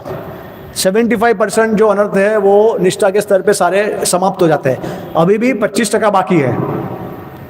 वो 25% जो है वो मैंने जैसे कहा कि अगर अपराध है तो प्रेम के स्तर तक जा सकते हैं, ठीक है। और वैसे निष्ठा जो है वो 50% स्तर है। अगर हम 9 स्तर को देखें तो उसमें बीच का जो स्तर है वो निष्ठा है। इसके लिए और आगे के 4 बाकी है और पीछे 4 ऑलरेडी हो चुके हैं। इसके लिए बीच का है 50% का स्तर है। रसस्वाद, तो मटेरियल एंजॉयमेंट, भौतिक इंद्रियों की तृप्ति करना जप करने के साथ साथ में, है ना, तो ये सारे लक्षण नहीं होते हैं निष्ठा के स्तर पे। तो अभी क्या होता है, देखिए, हालांकि जैसे मैंने आपका 25% अनर्थ है, लेकिन वो हमको भक्ति में हमारे को बाधा नहीं बनते। तो हमारा भक्ति जो है वो निष्ठापूर्वक हमारा हम कर सकते हैं। हालांकि फिर भी अनर्थ है, अभी तक टोटल अनर्थ निवृत्ति नहीं हुआ है। तो मैंने जैसे कहा 50% है अभी भी भक्ति का स्तर। अभी देखिए निष्ठा के भी स्तर है, 3 प्रकार के स्तर है। एक तो बॉडी माइंड और वर्ड्स, बॉडी वर्ड्स और माइंड से। तो पहले तो स्थिरता आती है हमारे शरीर में। शरीर का मतलब क्या है कि बाहर की दृष्टि से सेवा करना निष्ठापूर्वक, सुबह जल्दी उठना, एक ही समय पे उठना हर रोज़, डेडिकेशन के साथ सेवा करना। तो बाहर सबको लगेगा कि अरे कितने डेडिकेटेड भक्त है, लेकिन जब बात करेंगे तो पता चलेगा कि कितने तुच्छ भक्त है। इस प्रकार से बात करते हैं। तो वर्ड्स में, बोलने में निष्ठा आना, अच्छी बातें अच्छे ढंग से बात करना भक्तों के साथ, है ना, अच्छा व्यवहार करना, तो उसको सेकंड कैटेगरी ऑफ निष्ठा होता है। और फिर मन में क्या सोच रहे हो, बाहर से अच्छा कर रहे हो सबके लिए, बोल भी अच्छा रहे हो, लेकिन अंदर क्या चल रहा है, मन में कुछ और ही चल रहा है ना। ये भक्त मेरे से आगे कैसे जा सकता है, कुछ तो गड़बड़ किया है इसने। प्रभु कितना अच्छा सेवा करते हो आप, अरे वाह आपका डेडिकेशन कितना है। तो ऐसा बाहर से व्यक्त करना और अंदर ये भक्त कैसे आगे जा सकता है, कैसे गोलोक जा सकता है, ये ऐसा सोचना, ये इसको कहते हैं। तो बॉडी माइंड एंड वर्ड्स, ये तीनों में निष्ठा स्थिरता आनी चाहिए, समझे, तभी आप निष्ठा के स्तर पे और आगे जाओगे। मतलब बेसिकली निष्ठा, रुचि, आसक्ति, इस प्रकार से आप आगे जाओगे। तो अगर भक्ति में हम स्थिर हो गए तो उससे हमको क्या होगा, हम दूसरों में भी स्थिरता पहचान सकते हैं। हम खुद ही स्थिर नहीं होंगे तो दूसरों में कैसे पहचान सकते हैं। और दूसरा है कि हम मध्यम अधिकारी के स्टेज पे पहुंच जाते हैं, क्योंकि डिस्क्रिमिनेटिंग पावर आ जाता है हमारे में। तो अभी कभी कभी ऐसा आपको लगेगा कि भाई बाहर के लोगों में जो हालांकि भक्ति नहीं करते, उनमें ये सब गुण होते हैं, नम्रता होती है, आदर देते हैं, अच्छे से बात करेंगे, काफ़ी फ्रेंडली होते हैं। लेकिन भक्त जो होते हैं उनमें ये गुण नहीं होते। तो किसी भक्तों को गुणों के द्वारा किसी को जज नहीं करना चाहिए।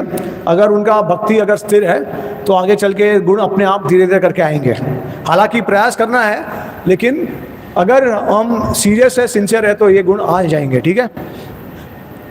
तो मध्यम अधिकारी के स्तर पे आ जाते हैं हम लोग। अब हमारा भक्ति जो है एकदम तेज पकड़ लेता है, रुचि। तो जैसे ही निष्ठा से हम रुचि के स्तर पे जाते हैं तो पहला तो क्या होता है, टेस्ट आता है। तो श्रवणम कीर्तनम के लिए जो टेस्ट होता है, हमारा रुचि होता है, वो बढ़ जाता है। उसके बाद किसी प्रकार का थकान महसूस नहीं होता है भक्ति करते करते।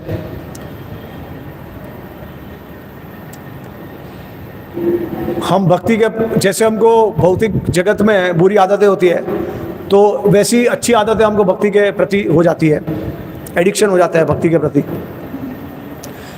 रुचि के 2 स्तर है।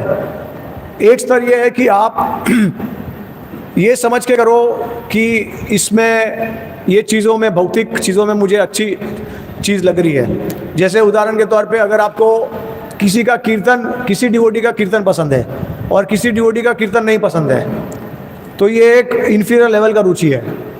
कीर्तन पसंद आना चाहिए भक्तों के आवाज़ से नहीं, ना म्यूज़िक से, हरि नाम के वजह से आपको कीर्तन पसंद आना चाहिए।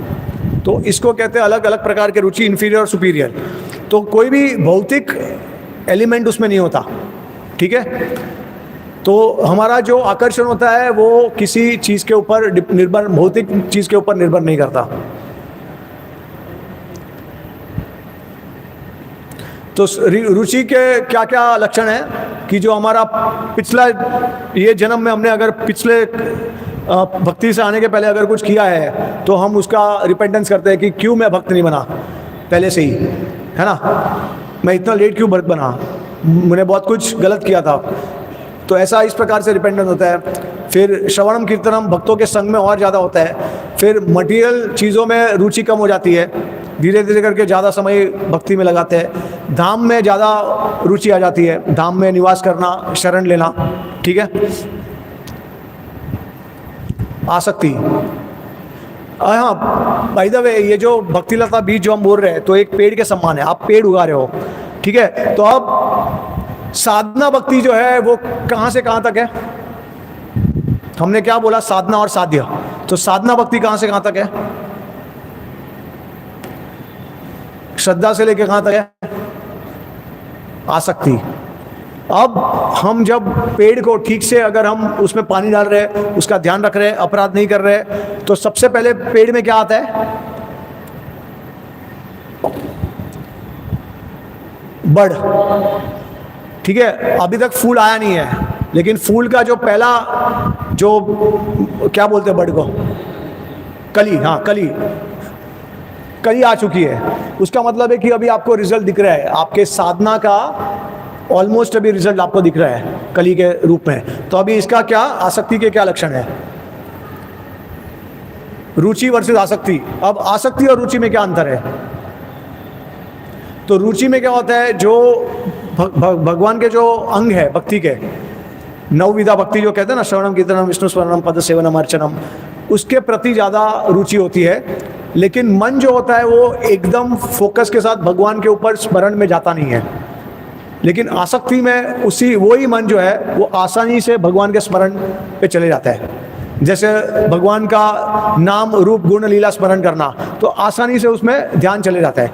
लेकिन रुचि में थोड़ा सा कठिनाई होता है हमको उसको मन को लाने में। हालांकि बाहर की दृष्टि से हम जो कार्य है भक्ति के अंग है वो हम अच्छे से कर सकते हैं।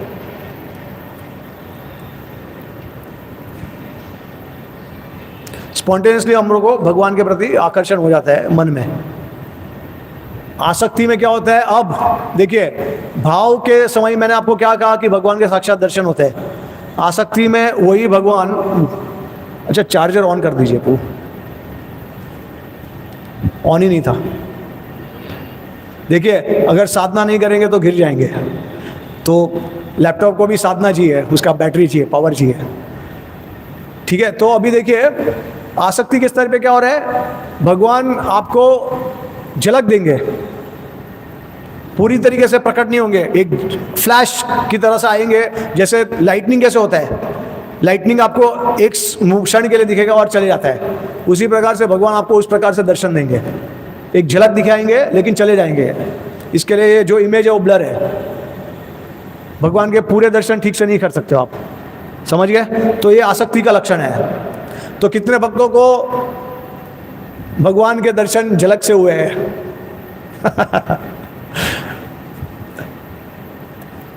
अच्छा, क्या लग रहा है आप कौन से स्तर पे हो? निष्ठा के स्तर पे हो, अनर्थ निवृत्ति के स्तर पे हो?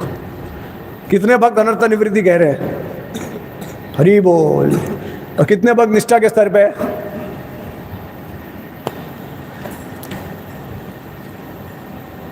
तो अपने हृदय में भगवान आपको दर्शन देंगे झलक के रूप में, ठीक है। तो आसक्ति का जो लक्षण है वो भक्तों से बहुत ज़्यादा आकर्षण होना, श्रवण करना, उनसे सब कुछ भगवान के संबंध में जोड़ना, हमेशा सोचना कि भगवान को कैसे प्रसन्न किया जाए, भगवान की प्राप्ति कैसे किया जाए, और जितने भी अलग अलग प्रकार के जो ओपिनियन होते हैं उसका त्याग करना, हमेशा प्रयास करना कि भगवान के पास कैसे जा सके जल्द से जल्द। अब साधना भक्ति नेक्टर डिवोशन कितने भक्तों ने पढ़ा है? चले बताइए, कैरेक्टरिस्टिक्स ऑफ साधना भक्ति क्या है? ये मैंने आंसर तो इधर ही दे दिया। क्या है? 2 कैरेक्टरिस्टिक है साधना भक्ति का, शुभदा और अभी हमने देखा क्लेशाग्नि। देखिए, साधना करने से, सिर्फ साधना करने से, श्रद्धा से लेकर आसक्ति तक, बाय डिफॉल्ट आपको आपके जीवन में सब कुछ शुभ होना चाहिए और सारे क्लेश जो है वो नष्ट हो जाने चाहिए। क्या हो रहा है ये? क्यों नहीं हो रहा है? क्योंकि अपराध किया है हमने, तो उसका परिणाम दिखेगा हमको। ठीक है, तो ये होना चाहिए साधना भक्ति की अवस्था में आने आसक्ति तक आपका सब कुछ नष्ट हो जाना चाहिए। उसके बाद क्लेशाग्नि और शुभदा। अब हम आएंगे भाव भक्ति के स्तर पे। ठीक है, क्या होगा अभी? जो पेड़ किया था, जो पेड़ को उगाया था, अब उसमें कली आया, कली के बाद क्या? फूल आ जाएगा। तो ये फूल दिख रहे हैं हम यहाँ पे। ठीक है, तो अब इसके लक्षण क्या है? तो मैंने आपको कहा कि भगवान की अंतरंग शक्ति हमारे हृदय में प्रवेश करती है, तो पूरी तरीके से हमको आनंद मिलता है, सारे कर्म का नाश हो जाता है। जो क्लेशाग्नि है, 5 प्रकार के क्लेशाग्नि है, सारे का नाश हो जाता है। अपराध का देखिए, अभी देखिए आप नीचे के उसमें, तो अपराध के सिर्फ थोड़े कुछ तो बचे हुए होते हैं, बस उतना ही है, अदरवाइज सब कुछ नष्ट हो गया है। अहंकार नष्ट हो जाता है और अपने आप को आपका जो स्वरूप है, अस्तित्व, जो रियल स्वरूप है, वो आप अपने आप उसका महसूस कर सकते हो, आप कौन हो। कृष्ण को आकर्षित करता है भाव, डिवोटीज और ज़्यादा भगवान से भाव में जुड़ जाते हैं। और फिर जितने भी हमारे, जैसे मैंने आपको कहा, शरीर जो आध्यात्मिक हो गया है, तो जो इंद्रिया है वो भगवान को देख सकती है, उनका जो शरीर है उसका सुगंध अनुभव कर सकती है अपने नाकों से। फिर उसके बाद उनकी आवाज़ सुन सकती है, उनको स्पर्श कर सकते हैं और टेस्ट कर सकते हैं भगवान को, जैसे मधुर रस में टेस्ट होता है। ठीक है, मटेरियल बॉडी जो है वो एकदम यूजलेस हो जाता है, लाइफलेस हो जाता है। उसमें अभी अगर मटेरियल वर्ल्ड इसका बॉडी का त्याग नहीं करेंगे तो हमको जो प्रेम के जो आगे के स्तर है वो प्राप्त नहीं हो सकते। ठीक है, स्पिरिचुअल जो आध्यात्मिक जो गुण है वो हमारे शरीर में आ जाते हैं। पॉजिटिवनेस जो है कृष्ण के प्रति वो बढ़ जाता है और पागल की अवस्था में चले जाते हैं हम। बाहर की दृष्टि के लोगों को लगेगा कि ये पागल है, लेकिन अंदर बहुत बड़े स्तर पे होते हैं हम। तो जो वैदिक साधना से जो हमको भाव प्राप्त होता है उसको कहते हैं वैदिक उठन भाव, और जो रागानुगा साधना से जो भाव प्राप्त होता है उसको कहते हैं रागानुगा उठन भाव। ठीक है, तो दोनों प्रकार से देखिए, अगर आप भगवान को ऐश्वर्य महिम से पूछोगे, अगर आपको लगेगा कि अरे हमारे प्रभु है, स्वामी है और हम दास है उनके, इस प्रकार से अगर आप पूछोगे भगवान को, तो आप कहाँ पे जाओगे? क्या आप गोलोक में जाओगे? वैकुंठ में जाओगे? वो भी चलिए, अभी प्रश्न ये है कि अगर राधा कृष्ण को पूछ रहे हैं हम, या फिर अगर हम कृष्ण को पूछते हैं और वो भी वैदिक साधना के साथ, तो हम कहाँ पे जाएंगे? तो आचार्य कहते हैं हम मथुरा द्वारका जा सकते हैं। अगर हम राधा कृष्ण को पूछते हैं वैदिक भक्ति में, तो कहाँ पे जाएंगे? तो विश्वनाथ ठाकुर कहते हैं कि गोलोक में एक सेक्शन है, उसका नाम है ऐश्वर्य गोलोक। तो वो कहते हैं कि राधा कृष्ण को हम वहाँ पे ऐश्वर्य भाव में उनका पूजा करेंगे। तो इसके लिए क्या हम भाव इस साधना में करते हैं, क्या लेके जाते हैं, उसी प्रकार का हमको प्रयोजन मिलता है। ठीक है, तो इसके वजह से कहा है कि अगर व्रज में जाना है तो व्रजवासियों का अनुगत के सिवा हम व्रज में जा ही नहीं सकते हैं। उसका मतलब है कि रागानुगा साधना के हम अलावा किसी और साधना से हम जा ही नहीं सकते व्रज में। ठीक है, तो ये जो रागानुगा के प्रति साधना के वजह से जो भाव उत्पन्न होता है वो बहुत ज़्यादा स्ट्रांग होता है और स्पॉन्टेनियस होता है, क्योंकि हम भगवान को स्वामी नहीं मानते, हम भगवान को अपना मानते हैं, घर का मेंबर मानते हैं। ठीक है,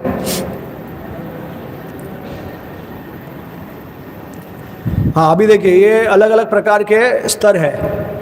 तो अगर हम शांत भाव में, दास्य भाव में, सख्य भाव में, तो मान लो कि शांत में अगर आपको कोकोनट वाटर अगर आपने पिया होगा तो कैसा उसमें आनंद मिलता है आपको पी के, उसका जो स्वीटनेस होता है वो कितना होता है। वैसे दास्य पियेंगे तो ग्रेप जूस और ज़्यादा मीठा होता है, सख्य शुगर केन और ज़्यादा मीठा, वात्सल्य जैक फ्रूट की तरह होता है, और माधुर्य होता है सबसे मीठा। मैंगो जूस की तरह होता है। मतलब भौतिक का एग्जाम्पल है, वैसे तो इसका कोई तुलना नहीं है, लेकिन इसके द्वारा हम समझ सकते हैं। अभी भाव के जो है, देखिए मैंने आपको कल रस के बारे में बताया था, अगर शाम को अगर कोई क्लास में आया था तो रस के बारे में बताया था कि किस प्रकार से रस प्रकट होता है। जैसे हम कहते हैं कि मधुर रस, वात्सल्य रस, लेकिन वो रस है क्या? तो रस क्या होता है? अगर स्थायी भाव होता है, स्थायी भाव मतलब अगर आपका एक इमोशन है भगवान के प्रति फिक्स हो गया है, जैसे अगर आप भगवान को अपने असली स्वरूप में, भगवान को आप दास्य भाव में पूजा करना चाहते हो व्रज में, तो वो दास्य भाव हमेशा बनाया रहता है। ऐसा नहीं है कि कल उठ के आपको लगेगा कि मैं कृष्ण को अभी दोस्त की तरह उसको वर्शिप करूंगा, या मैं कृष्ण को मधुर या कॉन्जुगल लव की तरह वर्शिप करूंगा, प्रेमिका की तरह नहीं। वो हमेशा एक बार फिक्स हो गया तो स्थायी, इसके लिए स्थायी कहते हैं उसको। तो वो एक परमानेंट मेलो रहता है। और जब भाव के साथ अगर आप अलग अलग सामग्री उसमें ऐड करोगे तो पूरा रस का आस्वादन मिलता है। तो उदाहरण के तौर पे अगर जैसे हम पिज़्ज़ा खाते हैं, तो पिज़्ज़ा में जो ब्रेड होता है ना, ब्रेड के बिना क्या पिज़्ज़ा बन सकता है कभी? तो उसका फाउंडेशन ब्रेड है ना। आप अगर उसमें ऐड करोगे सब इधर उधर हो जाएगा ना, तो पिज़्ज़ा जो है वो फाउंडेशन है, उसके ऊपर सब कुछ लगता है। अब मुझे ये बताइए कि अगर आप सिर्फ ब्रेड खाओगे तो आपको आनंद आएगा? आ सकता है, शायद किसी किसी को आ सकता है सिर्फ ब्रेड खाने से। लेकिन अगर ब्रेड के साथ में बटर लगा के उसमें बाद में चीज़ डालूँ, उसमें टॉपिंग डालूँ, कैप्सिकम टॉपिंग डालूँ, कॉर्न का टॉपिंग डालूँ, या फिर जैलेपिनो का टॉपिंग डालूँ, और पूरा आपको सॉस के साथ में आपको पिज़्ज़ा बना के दूँ, तो उसमें ज़्यादा आनंद है ना। तो इसी प्रकार से रस जो होता है वो क्या होता है? स्थायी भाव प्लस अनुभाव, विभाव, व्यभिचारी भाव, सात्विक भाव। तो ये ज़्यादा कठिन नहीं है, एक एग्जांपल देता हूँ मैं। अब जैसे आपने पिज़्ज़ा खाया, तो पिज़्ज़ा में जब आपको अगर अच्छा लगा तो आप बहुत खुश होगे, आपकी आंखें बड़ी हो जाएगी और आप आनंद में आ जाओगे, खुश हंसोगे, आप दूसरों के साथ शेयर करोगे, अरे ये खा के देख क्या मस्त है एकदम, है ना। ऐसा पिज़्ज़ा तूने लाइफ में नहीं खाया होगा। तो जो आप जो बाहर से प्रकट करते हो, वॉलंटरी जो आप प्रकट करते हो जो एक्शंस को, उसको कहते हैं अनुभव। ठीक है, अपनी मर्जी से आपने एक्सप्रेस किया है, आपके वश में है वो, कि जैसे हंसना, आंखें बड़ी करना और एक्साइटमेंट में लोगों को बताना, तो बाहर की दृष्टि से आपने वॉलंटरली किया, उसको कहते हैं अनुभव। अब विभाव क्या है? विभाव का मतलब है कि जो आप रस, अगर आपको रस का आस्वादन करना है तो दो लोग होने चाहिए उसमें। एक तो कृष्णा होने चाहिए उसमें, जो जिसको कहते हैं हम विषय। जैसे हमारे प्रेम के विषय कौन है? किसके प्रति हम प्रेम प्रकट कर रहे हैं? कृष्ण के प्रति या भक्तों के प्रति, तो वो हमारे विषय हो गए। और विषय के साथ साथ में आश्रय होते हैं, मतलब दो व्यक्तियों के बीच में आदान प्रदान होता है ना प्रेम का, तो एक विषय होता है, एक आश्रय होता है। तो हम अगर भगवान की सेवा कर रहे हैं, उनको प्रसन्न कर रहे हैं, तो वो हमारे विषय है और आश्रय हम हो जाते हैं भक्ति के। और अगर भगवान, तो हम विषय हो जाते हैं और भगवान आश्रय हो जाते हैं। ठीक है, इसको कहते हैं विभाव। अब विभाव में आलम्बन होता है और उड़ीपान होता है। तो आलम्बन मैंने आपको बताया कि आलम्बन विषय और आलम्बन आश्रय। लेकिन उड़ीपान का मतलब ये है कि अगर भगवान का मुरली आपने कभी सुन लिया, या भगवान कभी आपने पिकॉक फेदर देख लिया, तो वो जब आप देखते हो तो आपको भगवान कृष्ण की याद आती है और आप भाव में चले जाते हो। सुन के, भगवान का मुरली सुन के, उनका मूर्ति में उनके दर्शन करने से, या पिकॉक फेदर से, या येलो कलर का धोती देखने से, उनका पीताम्बरी धोती है, अगर आप किधर देखोगे कलर का, तो उससे जो चीज़ आपको एक्साइट करती है, जो आपको स्मरण भगवान का दिलाने में जो हेल्प करता है, उसको कहते हैं विभाव, उड़ीपान। ठीक है, तो ये विभाव हो गया, अनुभव हो गया।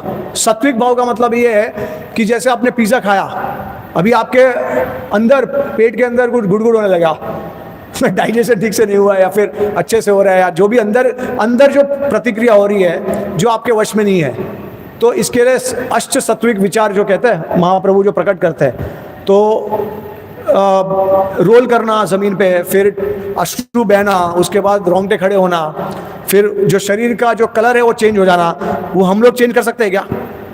नहीं ना। तो ये अंदर का प्रभाव होता है, अंदर से सब कुछ होता है। तो इसको कहते हैं क्या कहते हैं, सात्विक भाव, ठीक है। और व्यभिचारी भाव, व्यभिचारी का मतलब ये है कि जैसे आप कृष्ण के प्रति कभी कभी जो उनके सखा है तो कभी कभी वो उनके साथ युद्ध करते हैं, तो कभी कभी क्रोध उत्पन्न करते हैं। तो ये जो क्रोध है, भय है, फिर ऐसे अलग अलग प्रकार के जैसे हास्य करना, क्रोध करना, भय करना महसूस, फिर कभी कभी डिस्गस्ट होना, विभत्स करना, तो ये इमोशन जो होते हैं वो टेम्पररी होते हैं, आते हैं चले जाते हैं वापस। जैसे आपके संबंध में भी आपने देखा होगा, कभी कभी आपको किसी से क्रोध आता है लेकिन परमानेंट नहीं होता है, वो चले जाते हैं, थोड़े समय के लिए आता है और चले जाता है।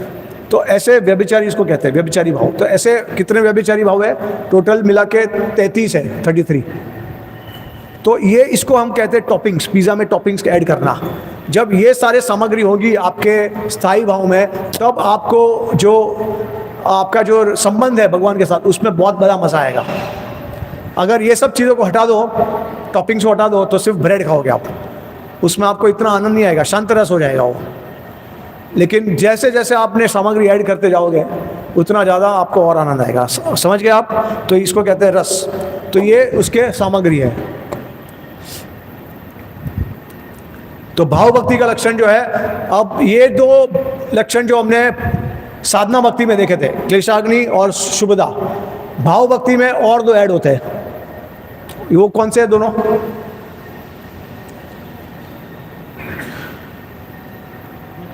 मोक्ष लघुकृत और सुदुर्लभ। तो भाव भक्ति जो है एकदम सुदुर्लभ है। भगवान भाव भक्ति इतना जल्दी देते नहीं है किसी को, क्योंकि अगर भाव भक्ति दे दिया तो आप भगवान को खरीद सकते हो, परचेज कर सकते हो। अगर मैं किसी को परचेज कर दूं तो जैसा मुझे उपयोग करना है वैसा मैं व्यक्ति को उपयोग कर सकता हूँ। इसके लिए भगवान बहुत सोच समझ के अपने आप को किसी को दे दे हैं। तो इसके लिए भाव भक्ति इतना आसानी से नहीं देते हैं, सुदुर्लभ है। और जो मोक्ष का जो तुलना है वो लघुकृत, मतलब मोक्ष के बारे में आप कभी सपने में भी नहीं सोचोगे, एकदम लघु के समान होता है वो भक्ति के आनंद में, उसके कंपैरिजन में, ठीक है। अनर्था चूर हो गए सारे, ऑलमोस्ट सारे अनर्था चूर हो गए हमारे। तो दो लक्षण और दो लक्षण, भाव भक्ति के कितने लक्षण है टोटल? 4, ठीक है। अब हम जाएंगे प्रेम भक्ति के स्तर पे, जो हमारा अंतिम विषय है आज का। अब क्या आएगा हमारे पेड़ पे? फल। अभी जो सबसे ज़्यादा जिसके लिए हम वेट कर रहे थे कि कब आम उगे और कब उसको खाए, तो ये प्रेम भक्ति का उत्पन्न होगा हमारे हृदय में। तो जैसे मैंने आपको कहा कि देखिए अभी भक्ति के स्तर में आप देखेंगे कि आसक्ति में पहला तो कली आता है, भाव के स्तर पे क्या आएगा? फूल आएगा, उसके बाद पूरा फल आ जाएगा। तो प्रेम भक्ति में जितने भी पिछले के स्तर होते हैं उसके सारे लक्षण प्रेम भक्ति में भी होते हैं, ठीक है, एक साथ होते हैं सब। कैरेक्टरिस्टिक ऑफ प्रेम भक्ति 2 है। तो क्या है वो? श्रद्धानंद विशेषात्मा और कृष्ण आकर्षणी। कि इतना ज़्यादा कंडेंस ब्लिस, इतना ज़्यादा कंडेंस आनंद मिलता है हमको कि हम सोच नहीं सकते हैं कितना आनंद। तो जैसे मैंने आपको कहा कि जो भाव भक्ति में आनंद है वो सूर्य की किरण की तरह है, और प्रेम भक्ति में जो आनंद मिलता है वो सूर्य के समान मिलता है, ठीक है। और कृष्णा को आकर्षित, देखिए अभी तक हम कृष्णा को आकर्षित करने का प्रयास कर रहे थे, लेकिन अब प्रेम भक्ति में कृष्णा हमसे आकर्षित हो जाते हैं। वो प्रयास करते हैं कि वो हमें प्राप्त करें, उल्टा हो जाता है, ठीक है। तो पॉसेसिवनेस भगवान के प्रति बहुत हो जाता है, ग्रीड जो है, लालसा जो है वो बहुत ज़्यादा उत्पन्न हो जाता है, और सारे अनर्थ है उसके वजह से नष्ट हो जाते हैं। और अगर भगवान कभी हमको दर्शन दे देते हैं तो उससे और ज़्यादा हमारा बढ़ जाता है। कृष्ण भगवान का जो सारे इंद्रियों में प्रकट होना, ये प्रेम भक्ति के लक्षण है। भगवान से डायरेक्ट मीटिंग करना, उनके लीला में शामिल होना। तो पहले, सबसे पहले भगवान अपना क्या करेंगे? अपना रूप जो है, नाम रूप गुण लीला। अब आपको समझ में आया? जब हम कहते हैं कि जब नाम जप करने से नाम रूप गुण लीला भगवान का प्रकट होता है, तो कौन से स्तर पे आपको रूप प्रकट होता है भगवान का? भाव भक्ति के स्तर पे है। समझ गए आप? इतना आसान नहीं है, क्योंकि अपराध का प्रभाव रहता है बहुत। तो नाम स्मरण, नाम लेते लेते अगर आपको भगवान के साक्षात दर्शन होते हैं तो भाव भक्ति का स्तर होता है वो। और फिर नाम रूप गुण लीला, गुण प्रकट होना और फिर लीला भगवान हमारे को प्रकट करे, तो वो प्रेम का स्तर होता है वो। तो भगवान धीरे धीरे करके हमारे आंखों के सामने आएंगे, फिर उनकी सुगंध जो है वो हम सूंघ सकते हैं, उनका आवाज़ सुन सकते हैं हम, और ज़्यादा मतलब भाव भक्ति में हम ये सारे चीज़ों का अनुभव कर सकते हैं, लेकिन क्षणिक होता है वो। अब ये ज़्यादा समय तक रहता है ये वो।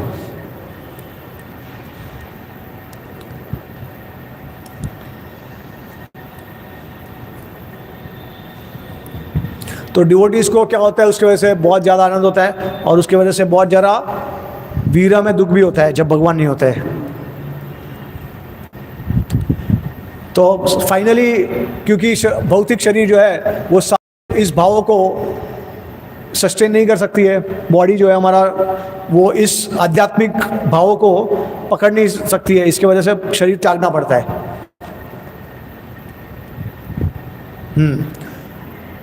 तो अभी देखिए इसके बारे में हम ज़्यादा चर्चा नहीं करेंगे, ये थोड़ा एडवांस टॉपिक है, लेकिन मैं आपको बता देता हूँ कि प्रेम भक्ति जब प्राप्त होता है तो आप कहाँ पे जा सकते हो? गोलोक में नहीं, वैकुंठ में। अब बहुत डिस्करेजिंग क्लास है ना आज का। कितना चीज़ें, कितने ऑब्स्टेकल्स पार करने पड़ेंगे, लेकिन मैं आपको एक उपाय बताऊंगा, बहुत शॉर्टकट बता सकता हूँ मैं आपको, जिससे आपको आसानी से ये सब मिल सकता है। मुझे याद कराना लेकिन एंड में, ठीक है? तो देखिए अभी प्रेम का जो स्तर है उससे ऊपर के स्तर जो होते हैं स्नेह, मान, प्रणय, राग, अनुराग, भाव, महाभाव। महाभाव में फिर आता है रुद्र महाभाव, आदि रुद्र महाभाव। उसमें आदि रुद्र महाभाव में आता है मदनाख्य महाभाव, मोदनाख्य महाभाव। तो आप कौन से स्तर तक जाना चाहते हो? अच्छा, कितने भक्तों को गोपियां बनना है यहाँ पे? हाथ ऊपर कीजिए। गोपियां कितने लोगों को? देखिए मैं ऐसे ही पूछ रहा हूँ, आप बता सकते हो, अपनी हृदय की बात शेयर कर सकते हो। कितने भक्तों को गोपी बननी है? कितने भक्तों को शांत रस में जाना है अभी? क्योंकि गोपी बनना है तो फिर आपको कहाँ तक जाना पड़ेगा? महाभाव तक। क्या रेडी हो आप उसके लिए? अनुराग के बाद जो महाभाव आता है तब भाव, महाभाव। तो इस प्रकार से अलग अलग ब्रजवासियों का जो है, उनका जो प्रेम है वो अलग अलग स्तर तक जाता है, ठीक है? तो जैसे जो सखा है भगवान के, तो उनका जाता है प्रणय तक। कभी कभी किसी से सुबल सखा है, अर्जुन सखा है, वो मधुर्य रस में भी होते हैं थोड़े, तो उनका जाता है अनुराग तक जाता है। कभी कभी महाभाव के लक्षण प्रकट कर सकते हैं वो। और जो द्वारका महिषी है उनका जाता है अनुराग के स्तर तक। गोपियों में जाता है महाभाव तक, और सिर्फ राधा रानी जो है उसका मदनाख्य महाभाव और मोदनाख्य महाभाव। ये चैतन्य महाप्रभु के, कृष्ण के पास भी नहीं है ये। कल हमने गदाधर पंडित के बारे में जब चर्चा की थी तो हमने देखा कृष्ण जो है वो राधा रानी का भाव चुराना चाहते हैं, क्योंकि उनके पास भी नहीं है, सिर्फ राधा रानी के पास है, ठीक है? तो अलग अलग प्रकार के स्तर है। तो इसमें थोड़ा डिटेल है, लेकिन समय अभी हमारा काफ़ी हो गया है, क्योंकि शायद मुझे लगता है भी हो सकते हैं।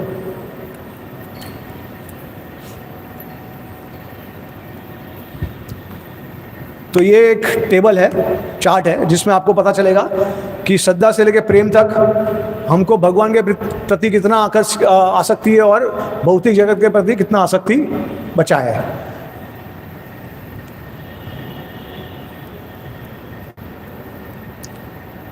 ठीक है? तो इस प्रकार से जैसे जैसे आगे जाते हैं उतना आसक्ति भगवान के प्रति हमको ज़्यादा जाता है।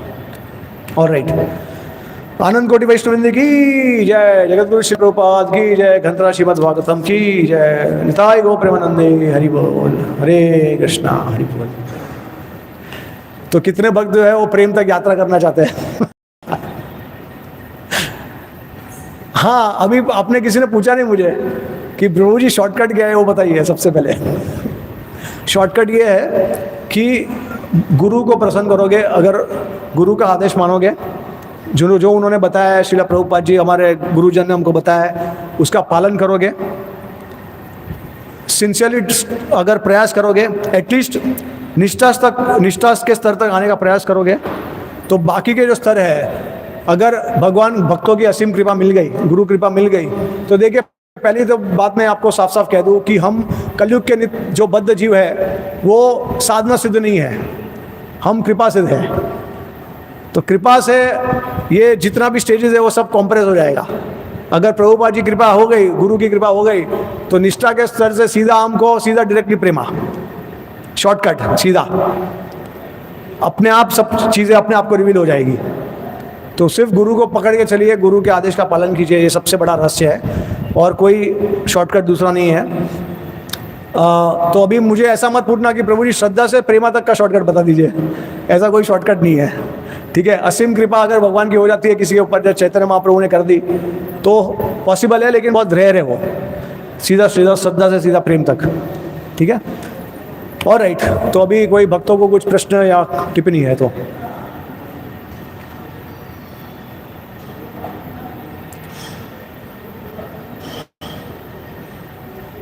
मुझे लग रहा है कि भक्तों को श्रद्धा, ये प्रसाद के प्रति तो बहुत प्रेम के स्तर पे ऑलरेडी पहुंच चुके हुआ।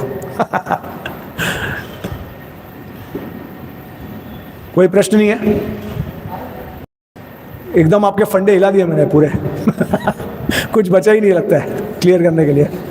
ठीक है, तो मैंने पुस्तक लिखी है, इंग्लिश में और हिंदी में है, प्रश्न और उत्तर के रूप में है।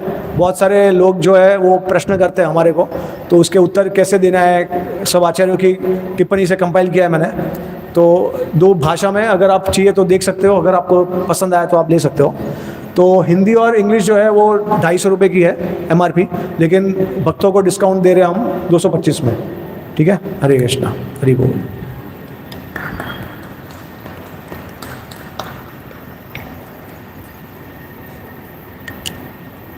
आज रात को हमारा क्लास होगा 7:30 बजे, और उसका जो विषय होगा वो क्या कृष्ण भगवान और जो यदुवंश का नाश हुआ वो सही